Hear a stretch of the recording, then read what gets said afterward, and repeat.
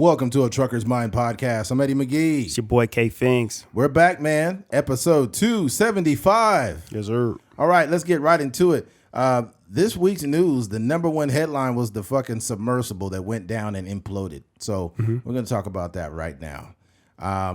It's a really unfortunate story, man. Really fucked up. Yeah. As we know, there was a submersible that went down. Titanic bound submersible, 5 passengers dead, catastrophic implosion. The 5 passengers aboard the submersible that went missing while attempting to explore the Titanic wreckage are dead, according to the expedition company. OceanGate Incorporated gave a statement Thursday saying those aboard the vessel have sadly been lost, calling them true explorers who shared a distinct spirit of adventure and a deep passion for exploring and protecting the world's oceans. Officials say they located the debris field about 1,600 feet from the bow of the Titanic wreckage. Within the debris field, there was 5 major pieces of debris discovered to lead them to believe the vessel imploded. Yeah, super sad. Now, before I even go into the story, there's a guy named David Lockridge that had been relieved of his duties because he questioned the integrity of the submersible. Extreme Danger, ex-OceanGate employee, alleges firing for raising concerns over missing Titanic sub. So he told these niggas that this sub was fucked up. A former employee of OceanGate alleged in a 2018 counterclaim lawsuit that he was fired for raising concerns about quality control and testing of potential flaws in the same experimental submersible that went missing this week, with its crew and passengers on an underwent tourist venture to seek the wreck of the Titanic. David Lockridge, an engineer and submarine pilot, claimed in his counterclaim against OceanGate that he was hired in 2015 by the Everett Washington Company to ensure the safety of all crew and clients during the submersible and surface operations of vessel called Titan. But when he expressed concerns about the design and testing of the mini sub hull, he said he was terminated by the company. So here's what happened. All right, we'll loop all this in. They bargained the health and livelihood of people to get this sub down in that fucking water. Now it went on, I believe it went on 7 different missions down there, and it was fine. But the integrity of it is the problem. Eventually, it's not strong enough to withhold it, and it will implode due to the pressure. However, there's a lot of people on the internet that have been lacking complete empathy for these people. Yeah. There's been a lot of motherfuckers with memes. Just memes after meme after meme. I don't get it. I don't see what's funny about 5 people going down there and dying. Right, and they're like, "Well, they're dumb. Why would they get on a submarine that was little and it didn't work? That's dumb. That's on them." And it's like, so you still finding a way to laugh at motherfuckers that went down in there? Now, what I will say is this: I don't have motherfuckers on the internet acting like they got experience in submersibles. Yeah, like you don't even know. Like we can't even buy the right cars. We buy lemons in America every fucking day. You just bought an Escalade that the motor blew out, nigga. Shut the fuck up. So what do you know about submarines, dude? Yeah. You know? Like, so we need to be a little more, just have a little empathy. Just because they were rich doesn't mean that there shouldn't be any type of, they should be without empathy. Yeah. That's like, it's like the eat the rich mentality. Like, fuck those rich assholes. They blew up. Fuck them. It's like, no. Yeah. I will say that, we sometimes, like, white people have like this natural curiosity, and I think sometimes is that a tiger? Huh? Is that a tiger? Let me get close. Yeah, exactly. That's what white people.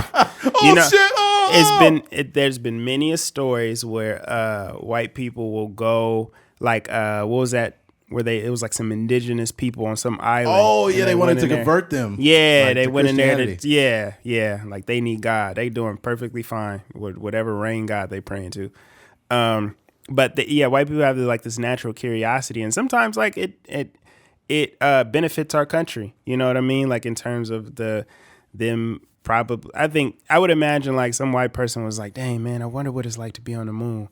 And then all of a sudden they start doing the math, and they got the help of some black women. Shout out to all the black women out there doing the math and whatnot. What was that movie called? Hidden Figures? Yeah, Hidden Figures. And they put the formulas together, and then they ended up, making it to the moon. But sometimes it just, I was telling Eddie on the phone, I was like, sometimes people got to die for us to really navigate or create, the right the right formulas, the right engineering to make some stuff happen. Right. You know, I went to the school called Kristen McAuliffe, and you know, she was essentially famous for the rocket ship exploding in the air, and we watched that as kids, which is like devastating. Yeah, imagine going to like Martin Luther King Elementary, and on the first day of school, they got a picture of Martin Luther King dead. Yeah, getting shot, getting blasted in a freaking hotel in Memphis or whatever.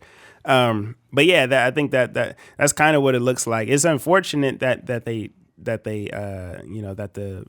the submarine ended up imploding, but it's just a natural. People really are curious about the Titanic, the biggest, you know, at the time, the biggest ship ever created, and how it was supposed to be like indestructible, and it's at the bottom of the ocean now. So, and when I look at it, it's, you think, like you said, it was 7 successful trips, you know, that thing had been on, and it's pretty deep, but it's actually not like super deep. It comes out to about 500.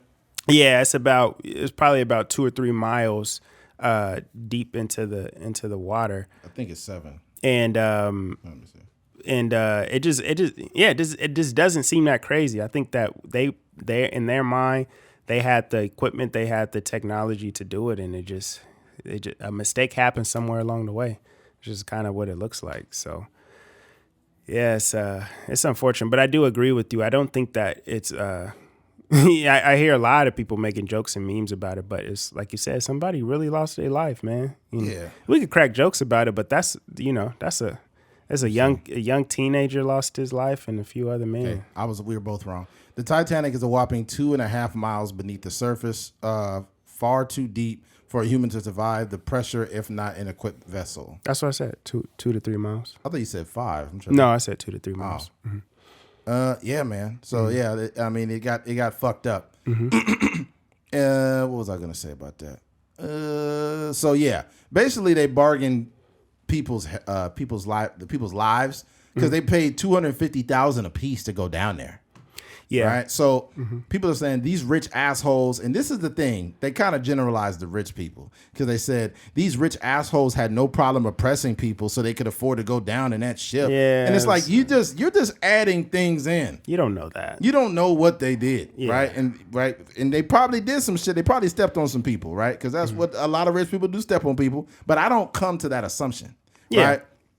Not only that, they made a rich mistake, right? They made a rich mistake by having enough money to go down and see that vessel. But one thing's very true, and this is true for all of us. Money grants you access, right? So even at the smallest level, like let's say you had a job, you was broke, and then you got a much better job. Now you have access to take your family to Disneyland, and you could go get them all kind of freaking, merch and gear and all kind of stuff that you couldn't afford before because you've been granted the access because you had money. So our reality is no different than theirs. It's just on different levels, right? Money grants you access. So they had the access to spend $250,000. And then also, here's another parallel. They're like, these fucking idiots went down to the machine, and I don't feel bad for them. They went down on a submarine that was fucked up. Well, hold on, freaking Jessica or whoever is making a comment. When you go to McDonald's, right there on the sliding window, it says food may cause cancer, and you still keep fucking eating it, right? How is that any different than them getting on a submarine and going down to see the Titanic? Some people might say that's apples and oranges, Eddie. Well, you're risking your life doing both things, right? Are you not? It's somebody who was smoking a cigarette like, look at those fucking assholes. Look at those idiots. Like, you're smoking cancer, man. You're literally smoking cancer, and you got the nerve to have commentary on these rich people, right? Yeah. So, yeah, it's very unfortunate that they died, and I don't wish that on anybody. And then there was a 19-year-old that initially didn't want to go on the trip, but his dad, it would have made him proud, and they kind of pressured him into going. He went, now he's fucking dead. Yeah. I bet you before that thing imploded, he just looked at his dad like, this nigga. Yeah. This nigga really got me. Imagine if he was a virgin too. He's like, I'm never gonna get pussy. No, that's not funny. Oh my God. That's not funny. He probably had to jack off one good time. Like, man, if I'm never gonna feel a real vagina, let me just get this off before we implode. Oh my god! Imagine if he busted while it imploded at the same time. That'd be the best nut ever. That would be. I mean, we got love for him, but we still gonna get these jokes. Yeah, off. it's a little bit of humor. This is a little different than the internet meme. Okay, we provide nuance. We provide nuance and empathy. Sometimes, man, you gotta laugh before you cry, man. Nah, you sent me those Fleece Johnson Oh my god! documentary. We'll get into that a little later. I don't want to mess up the. But I'm saying it's comparable because if you on a boat with 5 men and you like, dog, we know we about to die. We running out of oxygen, all this other stuff. That might turn the man gay. Be fucked up is like if you do some gay shit and then all of a sudden you get an air supply. Dang, you gotta live with that. So y'all. The ghosts on the Titanic gonna be like, them niggas is gay. You see that, Charleston? They're gay. Charleston. That's a dead nigga on the ship. Titanic from the early 1900s. Like, we went to they have a Titanic museum in Las Vegas. It's pretty interesting. Is it playing that music?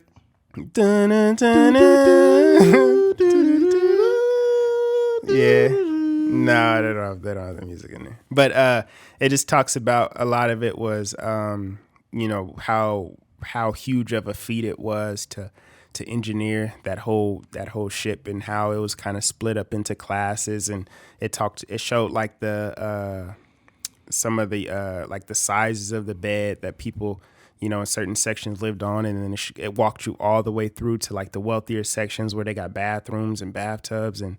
Yeah, it's pretty crazy, like, just seeing it all. And they have like artifacts and stuff like that, like spoons and plates and stuff that they found. Mm-hmm. They didn't find Titanic to the 80s. It was 1985 to be exact, 84, 85. A lot of it be like technology, like the technology got to catch up to, to be able to dive that deep, So that's pretty crazy. Ain't nobody died. They got to have a pressurized vessel to get down to that. And it seems like, like the work and stuff that they did to pull that stuff out, when it costs a lot of money. So I think that they made a pact that they're no longer trying to like pull stuff up from that ship. And like you see the results, like when it costs a lot of money, it costs them $250,000 just to get on that submersible, and then the danger that it is. And like they were saying, one of the things they were saying is like when they do come up, or when they do try to pull certain things up, that it's been soaked in water for so long, a lot of the stuff is like deteriorating and stuff like that. So, you'll mess around and spend millions of dollars to go down there, and you try to pull up a piece of the ship and it's just breaking apart while it's on the way up. So yeah. The deepest, at least now, the deepest part of the ocean is the Mariana Trench. That shit is 36,200 feet. That's crazy. Fucking, they typically form in locations where one tectonic plate subducts under another. The deepest known depression of this kind is the Mariana Trench, which lies east of the Mariana Islands in the western North Pacific Ocean. It reaches 11,034 meters. Damn, at its deepest point. That shit is so far. It's crazy. It's literally so deep. If you took the Mount Everest, you could stick it in there and it's still deeper. We went to the Grand Canyon this past week. And when you look inside the Grand Canyon, it's just like you can't even really fathom how deep it is. Like I think it was like 6,500 feet or something like that. So it's like basically double that, like double the size of the Grand Canyon, and that's where like the ship is just sitting there. Okay, now this is the one I'm tripping off of. I said 7 miles for that, but it's not. It's only a little over 2 miles for the Titanic, but this shit is 7 miles deep. 7 miles. That's crazy. That's fucking nuts. Now they've reached this. They've touched the surface of the Mariana Trench, and I was looking at it today, and it showed all kind of weird ass. I would say also that's the deepest known. Yes. Because who knows what's really. Who knows what's down there? You might go down deep enough, and Godzilla like stop. Oh, leave me alone. These niggas tripping, man. Who knocking on my door? Yeah. You get down deep enough and Fleece Johnson like, yeah, I was asleep. I want some sea booty. Yeah, man. Yeah, that's that. And what was the other one? There's another story that's comparable to this, and it's 700 people. So the lack of press that happened to migrant people, 700 people fucking sank. Dozens are dead and hundreds feared missing from migrant ships sinking off in Greece. Greece rescue workers transferred the bodies of dead migrants to refrigerator trucks as major search continued Thursday for possible survivors of a sea disaster in southern Greece. Hundreds of people are still feared missing, and at least 78 bodies have been recovered from a fishing boat crammed with migrants seeking to make it from Libya to Italy. Capsized and sank a day earlier in deep waters of Greek coast. Rescuers saved 104 passengers, including Egyptians, Syrians, Pakistanis, Afghans, and Palestinians. Damn, they had all the immigrants. But authorities fear that hundreds of others may have been trapped below deck. If confirmed, that would make the tragedy one of the worst ever recorded in central Mediterranean.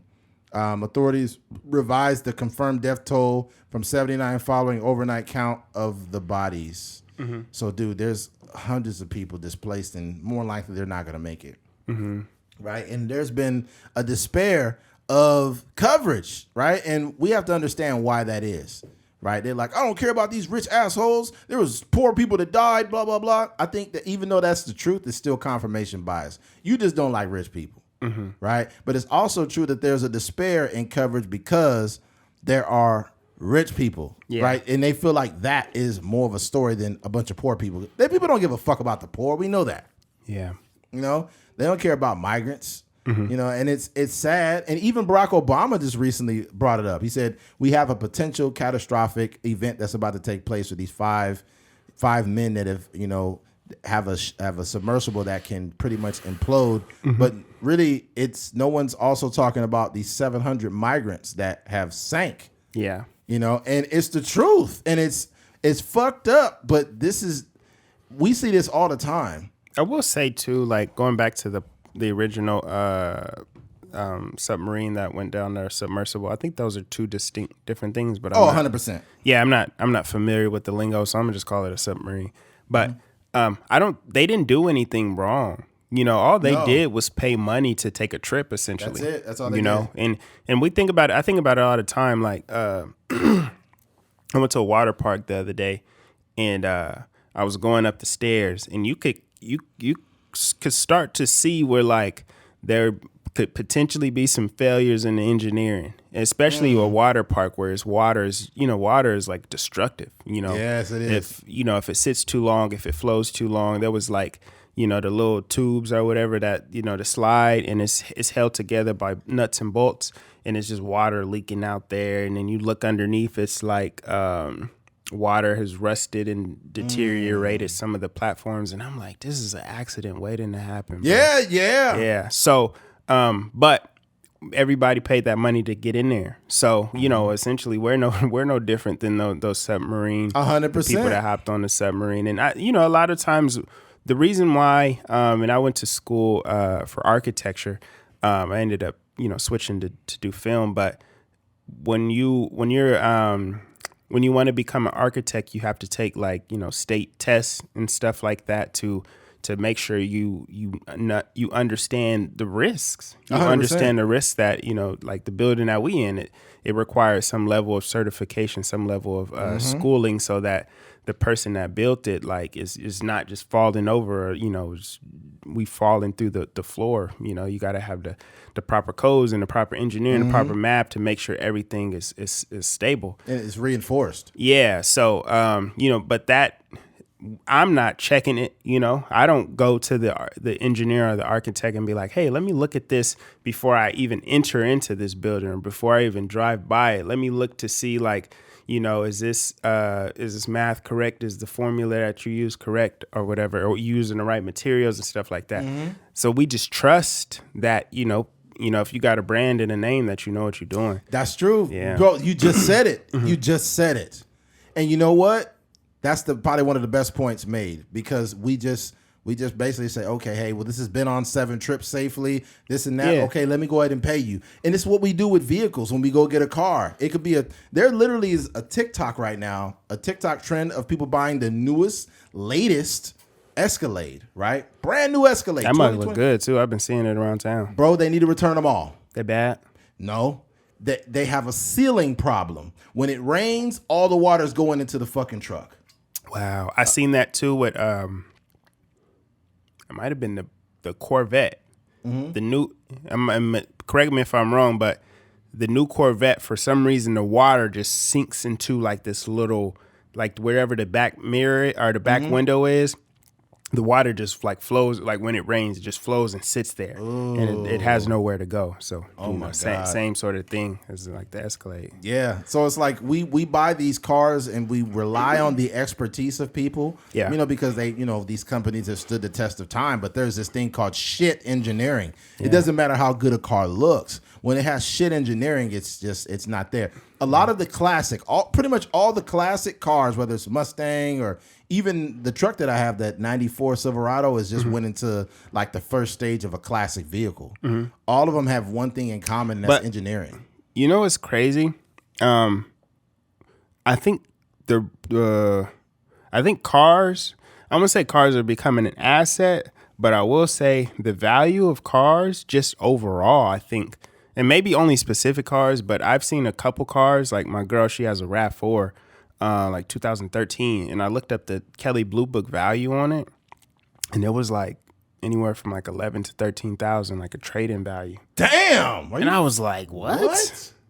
That's ridiculous. But I was like, yeah, so something is going on in terms of cars and the value of them, or I don't know if it was because of COVID or what, but I mean, you were showing me the value of your car, and like when I looked that up, I'm like, dang, it's something going on with these. I don't think it's all cars though. It's certain ones. Maybe it's only certain ones, but yeah. Your car, that Jeep, that motherfucker. I seen some of those Jeeps. The price was up. Mm-hmm. So it's like, certain quality cars, yeah. Mm-hmm. And hers is a 13. Mm-hmm. Let's just look at the track record of those cars before we, if we don't have the information, maybe it's got really good track records. Mm-hmm. Yeah, and it could be just that year specifically. That specific year, and they changed the body. They used to have that old ugly, like with the little tire on the back. Oh yeah. Mm-hmm. What did Kanye say? What you think I rap for to drive a fucking rap for? Yeah. Oh, it's wild. Mm-hmm. Yeah, man. But this is a really fucked up situation. But when it comes down to it, I think that there's so many things that play into it. There's the empathy thing, and then there's the the kind of the eat the rich conversation, and then there's the at least they died doing what they love doing too. They went down there, and it's unfortunate, but they died trying to see the Titanic. Yeah, it's crazy, man. Mm-hmm. I think about because we went like camping and stuff this past week, and you just realize like how close we are to death always. Like even when we was out there at the Grand Canyon, somebody had fell off the side of a cliff or something like that. Oh my God. And a lot of it, it didn't say exactly what they did or how they fell or whatever, but it's pretty high up. And if you're not paying attention, like, you could just fall, and it's super windy too. Like it was a moment where we got up on this rock and we took a picture, and the wind is just like, whoo, and it's like if you not one false step and you'll mess around and be 6,000 feet tumbling down. So I just say that to say like we're always kind of on the verge of death, and it just like like you said, they kind of went out doing something and they got to see the Titanic. Yeah, there's a lot of things, bro. You brought up that point talking about how we're all close to death and how a lot of shit is unsafe. There's so much outdated infrastructure in Los Angeles. Oh my God. There's a bridge. There's like a bridge that you drive under in LA. And I think they have the year that bridge was built. I think it said 1912. And I drove under the bridge and I looked and I'm like, nigga, this bridge is from 1912. Yeah. And it looks like shit. Yeah. There's scrape marks on top of the bridge where a truck scrapes underneath it. Mm-hmm. And like there's a lot of really outdated shit in LA, bro. It's bad. And I don't even know if people are really keeping it up to code and doing the inspections they need to do. Probably not. Until somebody died. There was a high-rise apartment I seen in New York, and somebody was banging on the side of the apartments like, hey, get out of there. And then some lady was like, what? And when she opened her window, half the building on the outside of the building was split open. It was splitting from the building. That's crazy. It was splitting, and then literally the fire department, everybody, they said, leave your cars there. Nobody can get in your car. They evacuated everybody, and then they ended up having to like collapse part of that building and put it back up. Mm-hmm. I'm like, this is insane. And it was brick. Yeah. You know how brick will give you the illusion that it's better than what it is because the integrity doesn't drop too much. You can have a house made out of brick from 115 years ago, but it don't look so bad, right? Because all you got to kind of do with brick is brick just still look like brick. Yeah, when it get kind of worn down, it still has a nice aesthetic to it. You could clean up brick too. If you I don't know if you sand it or whatever you do, but you could do something to brick. But it's probably easy to replace too because they're just like slayed in there, and then they put the little whatever cement. Yeah, cement around it. Man, oh my God! So just be careful out there, folks. Yeah, man. And before them submarines. Yeah, and you know another thing too is this is what I would advise people to do. Don't just jump on a trend. Like take some time to think about what you're doing before you put stuff on social media because sometimes we see things and the situation will be very serious. But because we've seen a couple memes, we like laughing at them. Now we sharing stuff and it's like, look, at the end of the day, I'm not telling anybody how to have social media etiquette, but like you do realize it was a 19-year-old that died on that fucking sub. Yeah, man. And you know, like you said, he didn't even initially want to go. Yeah. So like, let's have some, and I think it's true that both parties should have empathy. I'm seeing a lot of people that's like, oh, you know, man, fuck them, man. Nobody care about them. They stepped on people to be able to have the opportunity. And it's like, not every rich person has that. And even if they did do that and it's wrong, at the same time, bro, everybody is deserving of some level of empathy. Yeah. Yeah, I feel like if you got your money the legal way, whether you stepped on somebody or not, like it is no reason for me to be making fun of somebody dead. Yeah, that's and I just think too, like when I heard about the story and how it was trending, I was just like, man, you really thinking about what life would be like if you knew that you were going to die. Like it just nothing you can do. You can't swim. You can't, scream for help. No. There's nothing that we got in the regular world. You can't call 911. You just know that, your last moments is gonna, is going to be any time. And then the ship implodes. So.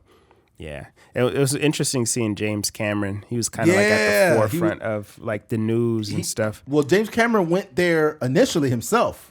He went to visit but that was in like 2000 and oh no, it was before that. Was it 98? You mean when he shot the movie, or after that? Big before. James Cameron went down there to the Titanic. I know he is a submariner. You said what? He's he does that, like he goes submarining. I guess. Really? Yeah. Okay, hold on, let me see. Yeah, he made the movie. James Cameron, Titanic. I wonder if this kind of sparked some more interest in the movie, because the movie is already the highest selling movie. He probably. What if he doing all this just to promote Titanic? I mean, they're gonna come out with a sequel, Titanic, and it's Titanic meets Fast and the Furious. The cool part about it is like, that's crazy, but the cool part about it is like, you're researching or you're going to see like this spectacle, this huge ship that was so, the story is just so huge, right? And then I wouldn't say that your story eclipses it by kind of dying to go see it, but it just kind of eerie, the way that it kind of die. Let's see how James Cameron kind of merged the two things, because he might be coming out with like a Titanic sequel where fucking Jack actually lives. All right. James Cameron compares submersible tragedy to Titanic sinking. I'm struck by the similarity of the Titanic disaster, end quote. Renowned Hollywood director and Titanic researcher James Cameron has compared the tragic loss of the submersible Titan to a very thing that may have led to the Titanic to its own demise, overconfidence that led to disaster. Damn. Cameron, who famously directed the Oscar-winning blockbuster Titanic, told ABC News on Thursday he noticed parallels between the 1912 sinking of the British passenger liner and the demise of the submersible designed specifically to visit what remains of the sunken ship. I'm struck by the similarity to the Titanic disaster itself, where the captain was repeatedly warned about the ice ahead of his ship, and yet he steamed up full speed into an ice field on a moonless night, Cameron said, and many people died as a result, and for us very seemingly similar tragedy where warnings went unheeded to take place at the same exact site. Yeah, there he's got a point. Yeah. All right. Well, now what he could do is merge the two tragedies and create one mega film. That's Titanic Part 2 is called Titan, and it's about the submersible, and it's years later about a group of 5 white men and a few engineers that put this thing together, and then they just, And now Jack, his spirit is under the water. And he's trying to warn them. Jack is like a mermaid. Yep. And then Rose, actually, she passed away. So now her spirit is with Jack. And she's like, Jack, we have to warn them. We have to stop them from coming down here. Yeah. And then they get halfway and they see Jack and Rose swimming towards them in their 1912 garment, right? 1912. And they're like, oh my God, please, you have to go up. And then they're like, who is that? Who's down here swimming? Yeah. And now and from then this fades to black. Yeah. And then they're gonna. Is Leo in the movie? Yeah, Leo. Leo is Jack. Yeah, like the Jack. old Leo, or is he? Did he like? Because when your body freezes, it tends to like conserve itself. So he still might be that. However, 16, 17-year-old. Yeah, he's been frozen in time. So he's Spirit Jack. And Spirit Rose because she came, she remanifested herself in that ship. and at the end, when they implode, they just end up on the ship and everyone's standing in the middle of the ship with lights and fun. Now the ship is like back up at sea floating. Dang. It's almost like a Bermuda Triangle situation. Yeah, that's crazy. That'd be It's a wild script. story. Yeah, I know somebody's writing that right now. Like because the way it connects to the Titanic is pretty crazy. Yeah, man. So you could literally just start it where that movie ends. Yeah, there's so many things that I just shared something on Instagram too, where there was these styrofoam cups, right? Mm-hmm. And on the styrofoam cup, one of the guys that went down in a submersible to see Titanic, he would bring these cups with him, and he put the year, and he put like 2005 Titanic, and he put the name of himself or the crew members, and he brought these styrofoam little foam cups, and he brought them down on the submersible with him. And when you go so far, the styrofoam cups go from full size and they shrink down to the size of a thimble. God dang. Yeah, that's how much pressure is happening down there. So he brings them up as souvenirs. And it has like the year in it and it has that. And I'm just like, man. That is so crazy, man. I know, like man. just the science of like that water pressure and all that goes into just, and even the toll it takes on your body, I would imagine. Because we as humans, like, when we go up the grapevines, our ears is popping. Yes, that's a great fucking point. I could only imagine what it feels like on your body to be going down that deep in the water. Oh my God, man. Dude, that's insane. Yeah. Yeah, and you made a good point about the Mariana Trench where you said it's the deepest that we have found. But what we need to understand is the ocean. Literal ocean is 80% undiscovered. Yeah. We have only discovered 20% of the ocean. We have discovered more planets in outer space than we have the oceans that's right here. That's fucking nuts. We can see out into the sky. They've been doing astrology for years, like back in the Plato days and all that. They've been looking up and connecting, like didn't even the slaves use the stars? Like North Stars to see where they was going. What they call the Big Dipper or whatever. Isn't that what Harriet Tubman used? I don't know if she's a Big Dipper, but I know there's a thing called like the North Star, and I don't know how, I don't know not much about stars in that capacity, but I know that they did use that as like a guiding light to let them know where they was going. That's fucking crazy. Yeah. Man. That is a trip. That is a trip. And it's like the prequel to all this, the science and stuff and all this American science. Like way back, they were using things. Like even I don't think there's any. There is. The Egyptians had some hieroglyphics that highlighted different planets and stuff.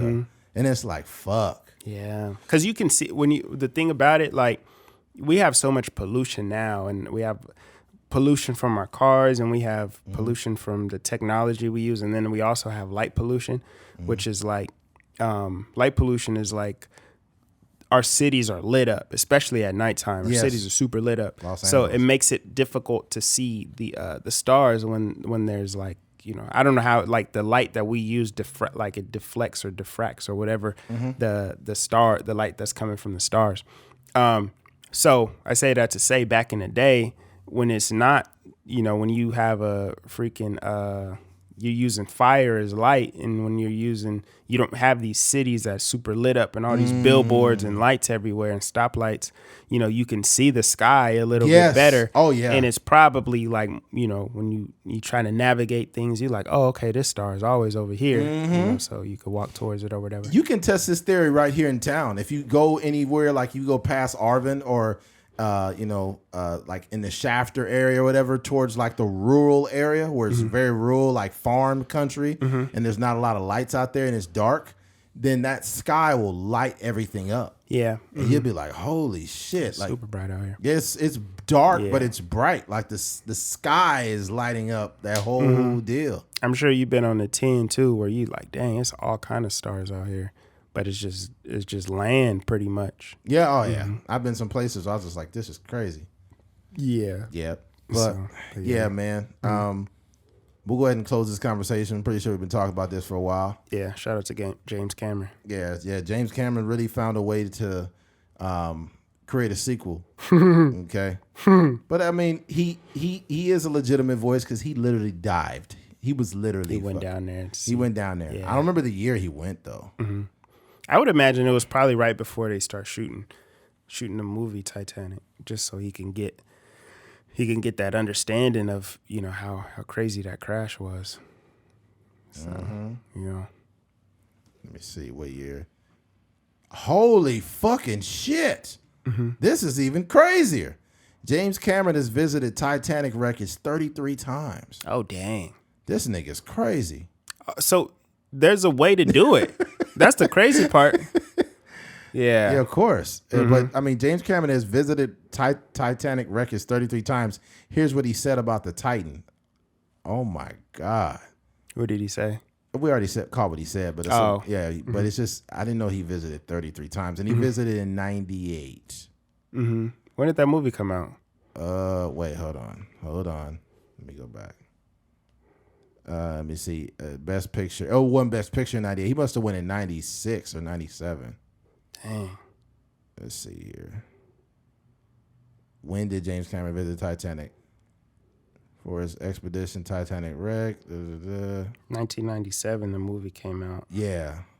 So he must have went before that. Yeah, I would imagine he probably went into pre-production. 95, right here. Yeah. Cameron first visited the wreck of the Titanic in 1995, 2 years before the film. Yeah. His film by the same name was released and has returned multiple times since. This dude, 33 times, there's no way this guy's going to do one film after visiting 33 times. He's trying to find every angle. He's trying to find every... Oh, you think he's going to do like another movie? I think he's going to do something. I think the only thing you could do in regards to the Titanic is maybe the post stories of the Titanic, or possibly the prequel to the Titanic, or maybe the origin stories of each main character you can do, like Rose and Jack, like the origin stories of them. But that stuff is made up, though. I know it's all fake. I know. Yeah, but I would say, especially knowing because like he's making like 2 more Avatar movies, so I think he just has with that natural white curiosity where he just just wants to discover or learn more and more about the Titanic. But I will say though that as a screenwriter, this new version of the Titanic sequel or whatever that is, like however many years later, this is potentially like an amazing story. I don't know much about the people, but you talk about how the way Titanic is set up is people, they build this huge indestructible ship, and then you create these relationships about Jack and Rose and all these other people that are like, and then you talk about the classism and all this other stuff, and you kind of put that into a movie. The theme of the movie is correct, but the characters are kind of like, created. But you do that same thing with the 5 people that were on there. The 19-year-old kid that has like this strained relationship with his dad, but he just want to make his dad proud. And then I don't know about the other people, but you just start to like, create these or develop these relationships, and then you take them all the way down, and then finally when the kid makes his dad proud, the ship just implodes, and then it's like the credits roll. Damn. Yeah. And I don't think you guys for those that may not know what an implosion is, it is just basically when there's so much pressure from going down there, and there's a better scientific way to like a definition. Yeah, definition of it. Yeah, it's basically you're almost like taking the air out of something. Yeah, it's like it's going from one extreme to the next in such a drastic way that it just flattens it, and it's happening within like this is less than a second. They said that it's just like if you go boom, it's quicker than that. Yeah, it's like most of the things that we see explode, like grenades and all that. Yeah, but this is the opposite, where things kind of like push in that way. So yeah, it's crazy, man. Here's a definition of an implosion for those every day. An instance of something collapsing violently inward. And it says a sudden failure or collapse of an organization or system. There needs to be a little more nuance to that. Underwater. Okay. What is an implosion and what would it been like for the Titanic sub or Titan sub? And here it says it here. And it also talked about the heat element of it. Where is it at? The deep sea crush appears to have crushed 22 foot. No. Oh, man. This sucks. I hate it. They also talked about the heat, like that was comparable to like the heat of the sun. Yeah. Inside of the sub. Oh, yeah, you did say that. Like, it just got super hot in there. Yeah. That's crazy. Yeah, that's what I'm saying. Like, that these are the type of the true stories. I'm sure somebody is like gearing up or buying, or I don't know if you could buy the rights to it, but they writing that story right now. Because you think about all the movies that have been made about tragic events. You got to think about that movie. It was like 200 and something hours where the guy had to cut his arm off. He stuck about in a rock. Yeah. Or like, people climbing Mount Everest and, all these like tragic events. And they turn them into movies. All they do is like add a love story to it. And then, they kind of fluff up the true events of the story. And then they make these amazing movies. So I could see this one being just like that. But, yeah, it's crazy. What I don't want, before we move on, I just don't want to cheat our listeners out of information in regards to this. What's the next search effort? Okay, no. I said that when James Cameron was like, when he became interested in the Titanic, it wasn't actually because of the movie. He was just infatuated with the wreck itself, and then really? I guess he. It says, I'll read it. The Wikipedia. It says James Cameron had long had a fascination with shipwrecks, and for him, Titanic was the Mount Everest of shipwrecks. He was almost past the point in his life when he felt he could consider an undersea expedition, but he said he still had a mental restlessness to live the life he had turned away from when he switched from science to the arts in college. So when the IMAX film was made from footage shot of the wreck itself, he decided to seek Hollywood funding to pay for an expedition and to do the same thing. It was not because I particularly wanted to make a movie, Cameron said. I wanted to dive to the shipwreck. Oh, wow. Yeah. And then I think after seeing it, he wrote the movie. Dang. Okay. I think I found this one here. Mm-hmm. Hold on. And then some of you were messaging me and commenting on my videos saying, what if an animal hit it on the way down? So most sea creatures cannot go down that far. They too cannot handle the pressure of those depths. But this kind of gives you a description of what animals you will see the further down you go. This ain't the one. It basically was describing the like the sequence of events prior to the implosion. Mm-hmm. It's showing different animals that can't make it down there either. Dang. Yeah, can't really breathe. Oh, I guess not breathe, but just the pressure of being that deep. Yep. Dang it. But due to the fact, like, I feel like there's limited. I feel like I'm a person that could express things. Mm-hmm. But if I don't know all the nuances of it, I don't really try. I like to leave it up to the experts. Mm-hmm. But yeah, me see power. Oh, hold on. I think I found it. People really aren't grasping the power behind the implosion of the submarine. It literally, the surrounding water flash boiled to a temperature hotter than the surface of the sun. That is insane. It compressed faster than half a millisecond. The entire 22-foot vessel just in half a millisecond. The people inside absolutely eviscerated. People are like, oh, are they going to try to recover the bodies? There are no bodies. They are gone. They are a mist. There is nothing left. They're like... It's very morbid, but you wouldn't be able to recover a body part, much less a body. They are gone. But if it's any consolation, they died before they were able to suffer because they died on their descent, and also they died faster than their brain can even comprehend that they're dying. Like, it wasn't like water was spewing in, they're like, oh no, we're drowning, and the water level rises. No, it was so instantaneous, their brain didn't even have time to register what was happening, so it was quick and painless. But still, gee, the power of the depth, the pressure at that depth is crazy. Okay. Dang. Fucking nuts. He explained it a lot better than we could in that moment. Yeah. But that is why it's not really great to put memes. Mm-hmm. When somebody is fucking imploding and they've turned into a mist, literally, and with an implosion, that thing caved on top of them. Mm-hmm.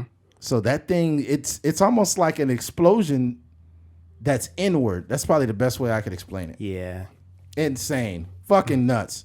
All right, switching gears.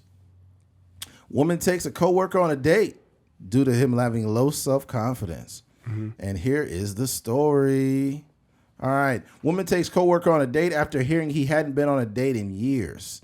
Charlotte, North Carolina, there is a woman who knew her coworker hadn't been in a relationship in several years. She felt bad, so she shared what she did for him with the world. She wrote, "He was telling me now he hasn't been out or in a relationship in 6 years. He doesn't think that he's attractive." She went on to write, "I asked him out on a date last weekend and he was shocked. You never know how a kind gesture can impact a person." Oh, and that's what she put, right? But here's the thing, man. I don't like it. Mm-hmm. And the reason why I don't like it is because receiving sympathy from a woman is not okay. Like, she doesn't really want to fuck this guy. She doesn't want to be with him. It's almost like her going to a hospital visiting a sick kid or something. Like, that ain't right. If anything, if somebody's telling you that they don't feel that way or they don't feel confident about themselves, there's other ways that you could contribute besides taking them on a fucking pity date. Mm-hmm. That ain't it. Mm-hmm. That ain't it, man. It could more or less be like, hey, if I knew a man that was going through this, it's more or less like, hey, man, have you thought about, talking to somebody? Have you thought about, what the heck?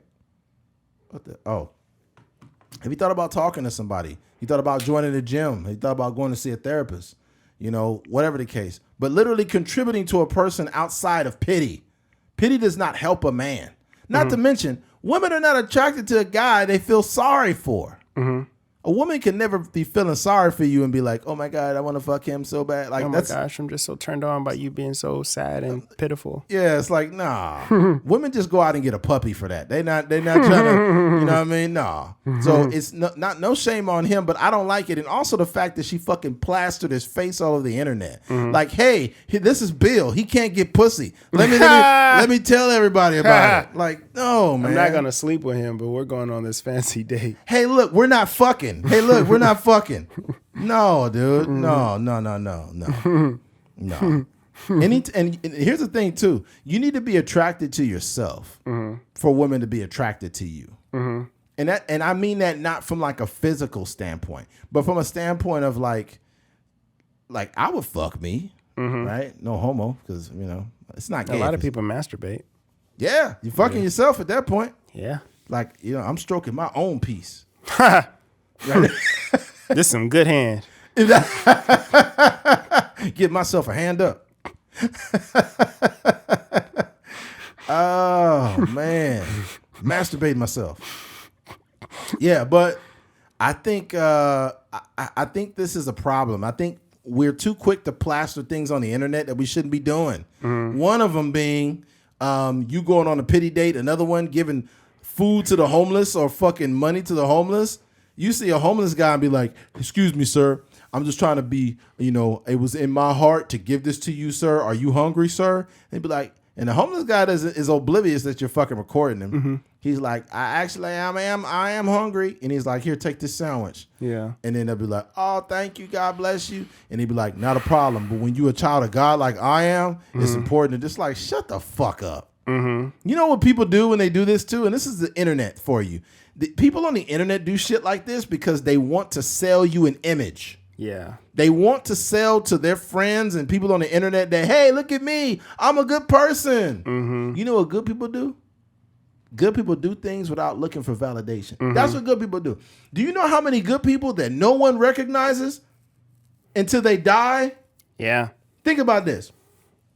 I've seen this before. It'll be like an elderly lady that dies. She passes away. And then a bunch of people show up to her funeral and they'll be like, oh my God, Mrs. Jackson, she used to give me clothes. Yeah. Mrs. Jackson used to feed me and my family. Mrs. Jackson used to do a bunch of good deeds that she never looked for attention for. And everyone at the funeral or at wherever she's at, they're like, oh my God, she did this for me. She did this for me too. Yeah. But that's what genuinely decent people don't look for affirmation. They just do shit. Yeah. It's a bunch of niggas on the internet like, look, I want you to look extra happy when I give you this sandwich, okay? They coaching them people. They coaching the homeless guy, and he probably on drugs. He's like, oh, okay, all right. Thank you so much, sir. The sandwich is good. I need to stop impersonating drug addict homeless people. That's not right. Yeah, man. Yeah, but no, I feel you. I think that it's one thing to like try to lift somebody up. Like I could imagine like this same scenario without all the promotion of it, and then without also it being like trying to make it like a date. If you just said like, hey, I want to take you out to eat, like, you know, to show you a good time and make you laugh or whatever the case may be, without all the lights and the cameras and the action. I think that's I don't see a problem with that because, you know, we as human beings go through a lot, and I'm sure he had been going through a lot. And if she just did that out of the kindness of her heart to, you know, you could probably extend somebody's life, or you can probably save somebody from suicide or something like that.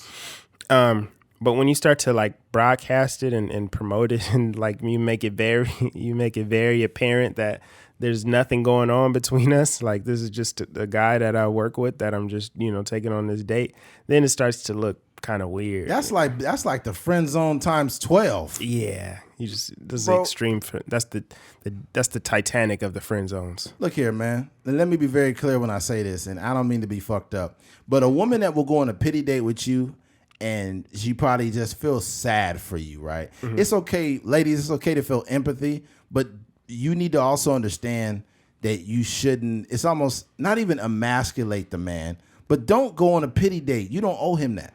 You don't owe him shit. Just, you know, you can feel sorry for him and be respectful and be kind and speak, you know, kind words to him, but don't do that.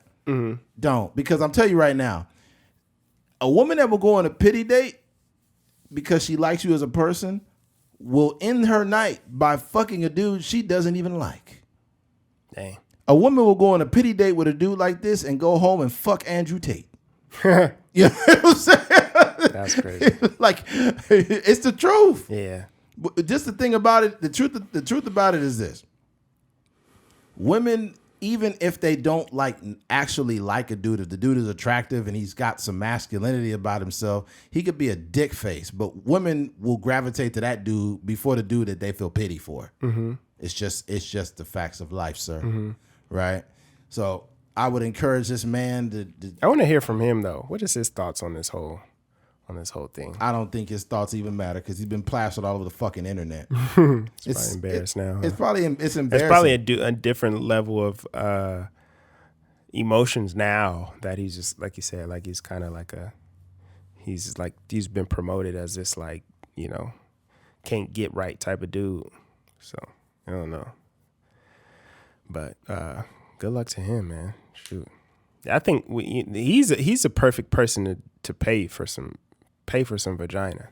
Yeah, just start paying for pussy, man. Yeah, save up your money. Where do they work at? Does it say? No, I didn't say. Yeah, take your little 401k out, and, you know, get you some 401 punani. Some. I mean, at the end of the day, when you're a big guy like that too, you're gonna have to change your life. Because truth be told, everybody has their pick of everybody is attracted to what they're attracted to. But from just generally speaking, there are people who are conventionally attractive. If you're anywhere near that or kind of on that plane, then you're gonna get laid. Right? I'm not a player, but I can still get girls. Right? There's some dudes that just exist on a plane where they don't get no girls because women aren't even looking at them. And if they do look at them, they're like, he's like my brother. He's like a teddy bear. And it's like, I think now with dating apps, like it don't even, not that it don't matter what you look like, but even if you are considered like a one, like I feel like you gonna match with somebody, right? nope, that's not how it works. Dating apps have been proven to be lopsided. Where What it's you mean? 80% women and 20% women and 80% men, and this has been proven recently. I've seen this study. There's 80% men on dating apps, only 20% of women, and those 20% of women only want the top 0.1% of dudes on there. So there are men who fit the conventional. I can see the statistics, but I think I've had my whole roommate. He's like I don't think he would even consider himself conventionally handsome. He was like 5'3", maybe, kind of a stocky Hispanic dude. And he had, one day I came home from class and he had some girl in the room with him. And the girl, she didn't look that great, mind you. But I was just like, okay, that's good to see you, handle your business, man. So, yeah, I guess, I don't know. A few moments later. The cold part, me and my other roommate, we would laugh about it all the time because I think he got a little bit embarrassed because he imagine it's like three of us in the house or the apartment. Imagine this dude, he don't get a lot of action, so this was kind of like it was just kind of cool for him to have a female over, but he got his door all open, which is a no. You don't want to close your door because you don't want you don't want no attention on yourself. Hell no. But he might have, I don't know, he probably was just slipping. So we go in there and, I go to my room and I'm like, oh, dang. Like, I just was minding my business because I'm like, it's a female in there, handle your business. And I think when we all kind of came into the house and we just start moving around and stuff like that, and he realized his door was open and he realized the girl she didn't look that great.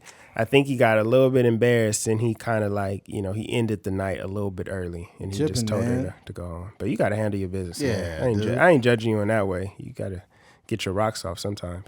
Yeah. Sometimes you look back and you be realizing that you cock blocked yourself.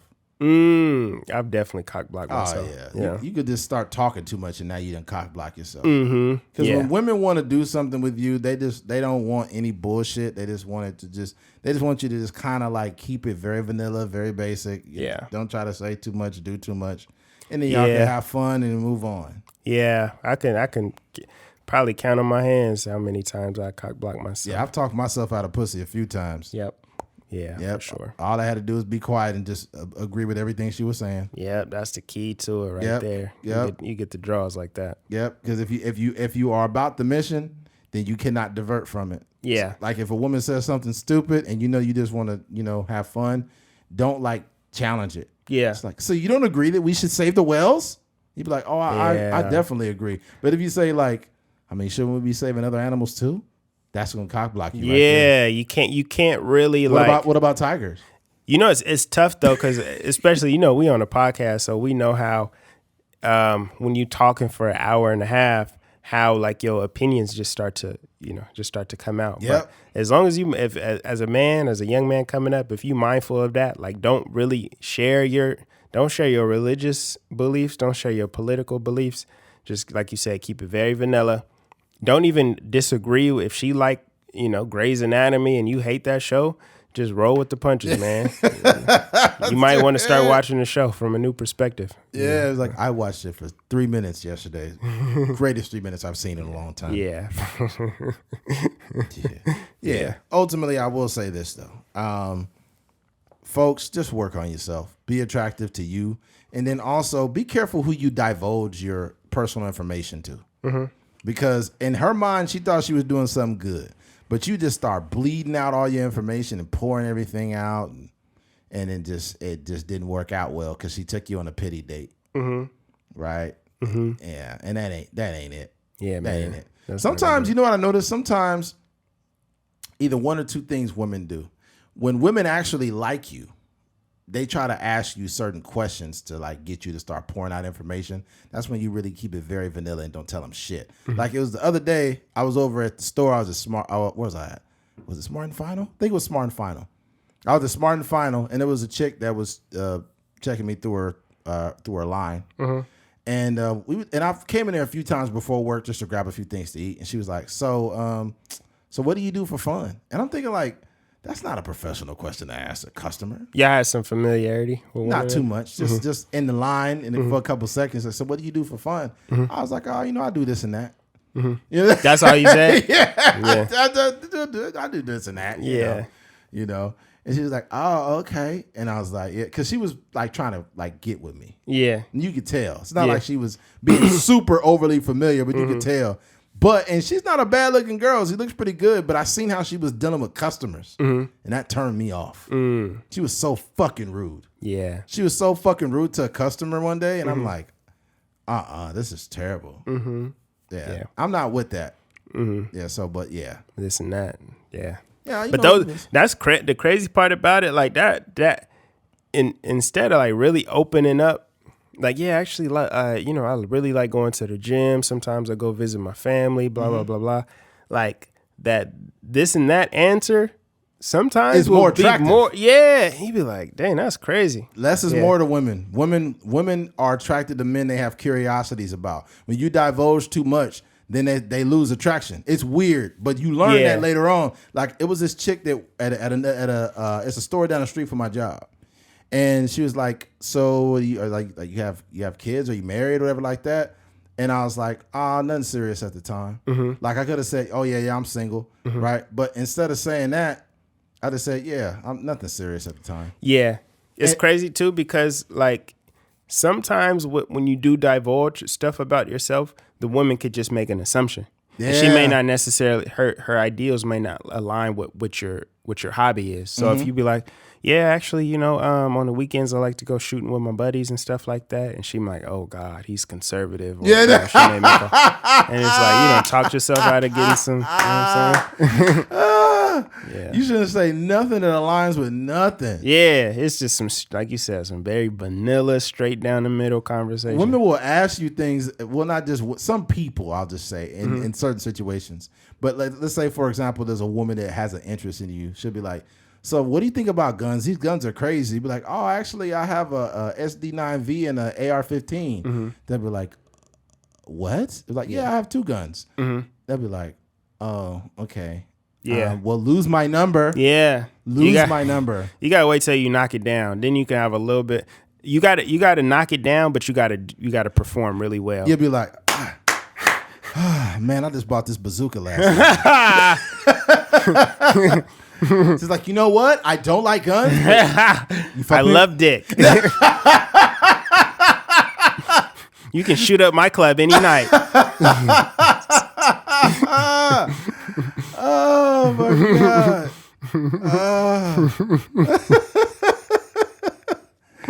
Oh my God. Yeah, that's crazy. wild. Because you see that a lot though, believe it or not. Yeah. Like you see like very liberal women, and they be dating some of them conservative dudes. They act like they don't. Yeah. I mean, for the sake of transparency, and this might get me in trouble later on in life, but whatever. I was talking to this girl. She was like super liberal. Like I mentioned her before. And I basically said, I told her one day we were having a conversation, and I was like, yeah, man, I'm not homophobic or anything like that. But, according to the Bible, being gay is a sin. And that like, not in I didn't say it in like a judgmental way. I was just saying like what it was. And then that was like the end all be all. World War III. Huh? Yeah, it didn't really work out like that. And I was trying very hard to crack that one, but it didn't work out because she said we don't have anything in common. Like our ideals are different. It just all from there. Was there any dialogue? Yeah, like we actually got along like pretty good. Like we chop it up all the time, like and like text and talk on the phone and stuff like that. And then that was like it was like probably our ideology didn't really align. But it wasn't really that our ideology didn't align. It was just more so like. And I think you probably could have went without mentioning that only because you don't have any biases towards gay people. Yeah, and I think, but I just got like too comfortable, I guess. Yeah, you're just chopping it up and you just say certain things, but True. Yeah, and that's kind of like that's the cock block of the century. Cock block of the century. Yeah. She's like, well, actually, my brother's gay, and I think that the Bible got it wrong right there, and we don't have anything else to talk about. Yeah. And I couldn't save myself. I was like, man, my cousin, I went to his wedding and all this stuff. That's kind of like you turn into like the white guy that says, but I have black friends. My friend is black. Yeah. But I grew up with Tyrone. He's a really great guy. Yeah. So that's like, it's kind of like when you say something like that, they can't hear anything else you said after that. Yeah. Yeah. It's like, I know I called you a nigger, but my friend Tyrone, we went to church together. You're like, hey, man, it's too late. Yeah, man. So, so. It's too late. You called me gay and black. For the guys out there, man, just shut up. Don't say nothing. Just nod your head and agree. Laugh at all their jokes. Make sure you say your favorite color is her favorite color. You know what's funny? Sometimes and there's some women that are fucking hilarious that really have really good banter and their humor is super on point. But there's a complete opposite where it's the girl that's like not funny at all. Yeah. And like in your mind, all her jokes are bombing. Yeah. Like she say something in your mind, it's like, wah, wah, wah. I've never actually had that experience. Oh my God. Where a girl was trying to be funny like that. Oh my God, I've had it, and it's tough because you catch yourself giggling at something that's not funny, and it gets awkward. Yeah, like that's crazy. But yeah, I could imagine that being like this girl. It's like each joke is bombing. It's like new sound effects. Like, wah, wah, wah. Auga! Just stop. Somebody please make it stop. Press the mute button on this remote, please. You throwing freaking tomatoes and popcorn out Oh my God, man. Yeah. All right, man. All right, let's switch gears. Switching gears. 123-year-old virgin still hoping to lose her virginity. This is a wild story, man. I really feel bad for this lady. 123-year-old virgin still hoping to find a willing partner. There are many reasons why someone would want to remain a virgin, and there is nothing wrong with the choices that each individual makes for themselves. While waiting until marriage is a common concept amongst many cultures, her name is Theresia Nakanjuba. It's like an African name. Situation is a little more complicated. In a now viral video, Theresia is a Rwandan woman aged 123 years old, was given the opportunity to explain her unique situation and tell viewers why she is still a virgin at this late age. According to Theresia, her culture does not allow women to date men, and instead, a woman has to be introduced to a man by their family. Unfortunately, her family has never introduced her to a man, and thus she was never able to fulfill her desires. Oh, that's fucked up. She also admits to being quite scared of powerful men and turned away possible suitors because of this. You can watch the full interview here. Oh, that's sad. At this age, she probably need to stay a virgin, because if she get with somebody too young and they smash her, she gonna die, bro. Dang. She gonna die from dick. Man. She'll be satisfied, though. That's a way to go out. Yeah. Jesus. Imagine, though. He's like, here, we found man for you. He's a 52-year-old man. And then he go in there, he be in there like, and then cobwebs come off. We found you a mandingo. He has a big cock.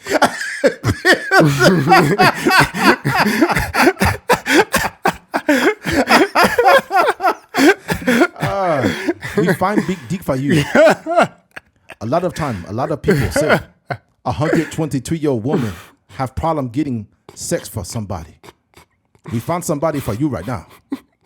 He a really big penis. He from New Jersey. That'd be crazy. Old lady from Rwanda is on the episode of what's that porno, Blacked? Dang. On the pornos, man. That's crazy. Oh my God. It'd be like Grandma versus BBC. God damn. Dang. That's wild. But I think this is kind of I don't want to shit on anybody's belief system because there's some people that wait until marriage to have sex. But most people don't wait until marriage to have sex because truth be told, they testing out the car. What do you do before you buy a car? You test drive it. Yeah, test drive it. Yeah. Do you just get in any car and say, I want that car? Have you test drove it? No, I haven't, but I want that car. Are you sure you want that car? How do you know you want that car? Because I have faith in that car. Yeah. And then you get in the car and the fucking engine blows up. Right? That's how people look at sex. They don't want to admit it, but people want to test drive each other before they get married. Yeah. Yeah, because it's the truth. Yeah. And there's some of these born again virgin people too. It's like if you was out here fucking and now you're not fucking. Yeah, ain't no such thing as Ain't no such thing as that. Yeah. You can't be born again virgin. Yeah. That pussy don't snap back. Not like that. Yeah. It's had some experience now. Yeah, you can't just you can't get a car, right? This is not like cars don't have pronouns. Like you got a car that's from 1998. Like I identify as a new car, okay? You can't fucking tell me. I know the odometer says 175,000 miles, but I identify as a 2023 Tahoe, okay? Yeah. So, yeah. Come on, man. Yeah. I think somebody will bless her though. This African woman. I could see somebody out there just kind of wanting to be a part of her making history. Cause it says in there, I just kind of skimmed through the article, but it was saying something along the lines of like she didn't even want to get close to a man growing up just because of her beliefs and stuff like that. And it's just like, but that's the cold part. You go 123 years without having no form of like relationship with a man. That's tough, bro. Yeah. And anybody that's fucking 123-year-old woman is gonna be judged for it. Yeah. Cause she don't got that, bro. That thing might be sealed up, man. Dry, huh? It might be sealed up, man. Yeah. You might need a whole bucket of KY to get in there. Slavery was still legal when she was around. God damn. Her birth certificate, her ID really say 1900. That's crazy, man. Oh my God. That's a trip. She literally is like not just the descendant of slaves. She's like the cousin of a slave. Like not even, she could be the younger. She African though. She ain't no slave. She African. I know she's not a slave, but she could still be like, just say time wise. Slavery ended in 1865. So she could be like the daughter of a slave. Yeah. Yeah. That's fucking wild, yo. That's crazy. And here's the definition of born again virgin. Also known as a secondary is a person who, after having engaged in sexual intercourse, makes some type of commitment not to be sexually active again until marriage. The term has been used among evangelical and fundamentalist Christians who place a strong emphasis on abstinence from premarital and extramarital relations. That's wild, bro. If I don't care how much, and this is gonna sound very shallow and very fucked up. I don't care how much I like a girl. If she tells me I'm a born again virgin, we're done. We're done. Not because she wants to abstain from sex. I respect her for that. But the fact that you called yourself that, and you think that that's something that men, just people in general, got to deal with, we not doing that over here. Yeah. I hear you. We not doing that over here. That's just like a nonsense word. Yeah, it's very nonsense. Yeah. Just say you had sex before and you abstaining from sex now, or you celibate or something like that. Now, here's the thing. If I met this depends. If I met the woman that was a really decent woman and she had mentioned that she's just not having any relations and it's a personal reason why she doesn't want to do it, and she was awesome, I would just wait. I swear to God I would. Yeah. I would wait. But it's a limit. Okay, if he said, we need to wait 1 year. We need to wait a year and a half. Then I'm kind of like, why? What's going on? For a year and a half, everybody's got their own personal decisions. But especially it's a little different when you're older. Yeah. Because I think just people who naturally like each other, that's going to be a hard bargain. I do think when you're older, you probably get married a little faster, though.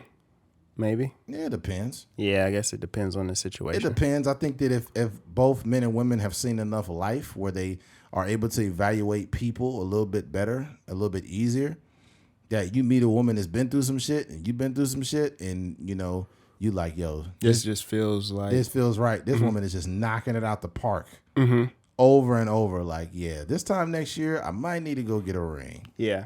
You know what I mean? Yeah. Yeah. But it be some people that be young, they be like 25, 24, and they be their girlfriend for 10 years. Yeah. It's like, nigga, if you don't go out and marry this girl. Yeah, I have a friend who's been dating this girl for like 7-8 years, and he's barely getting married next year. So yeah, you did. I mean, I think at that point it's cold feet, respectfully, no disrespect.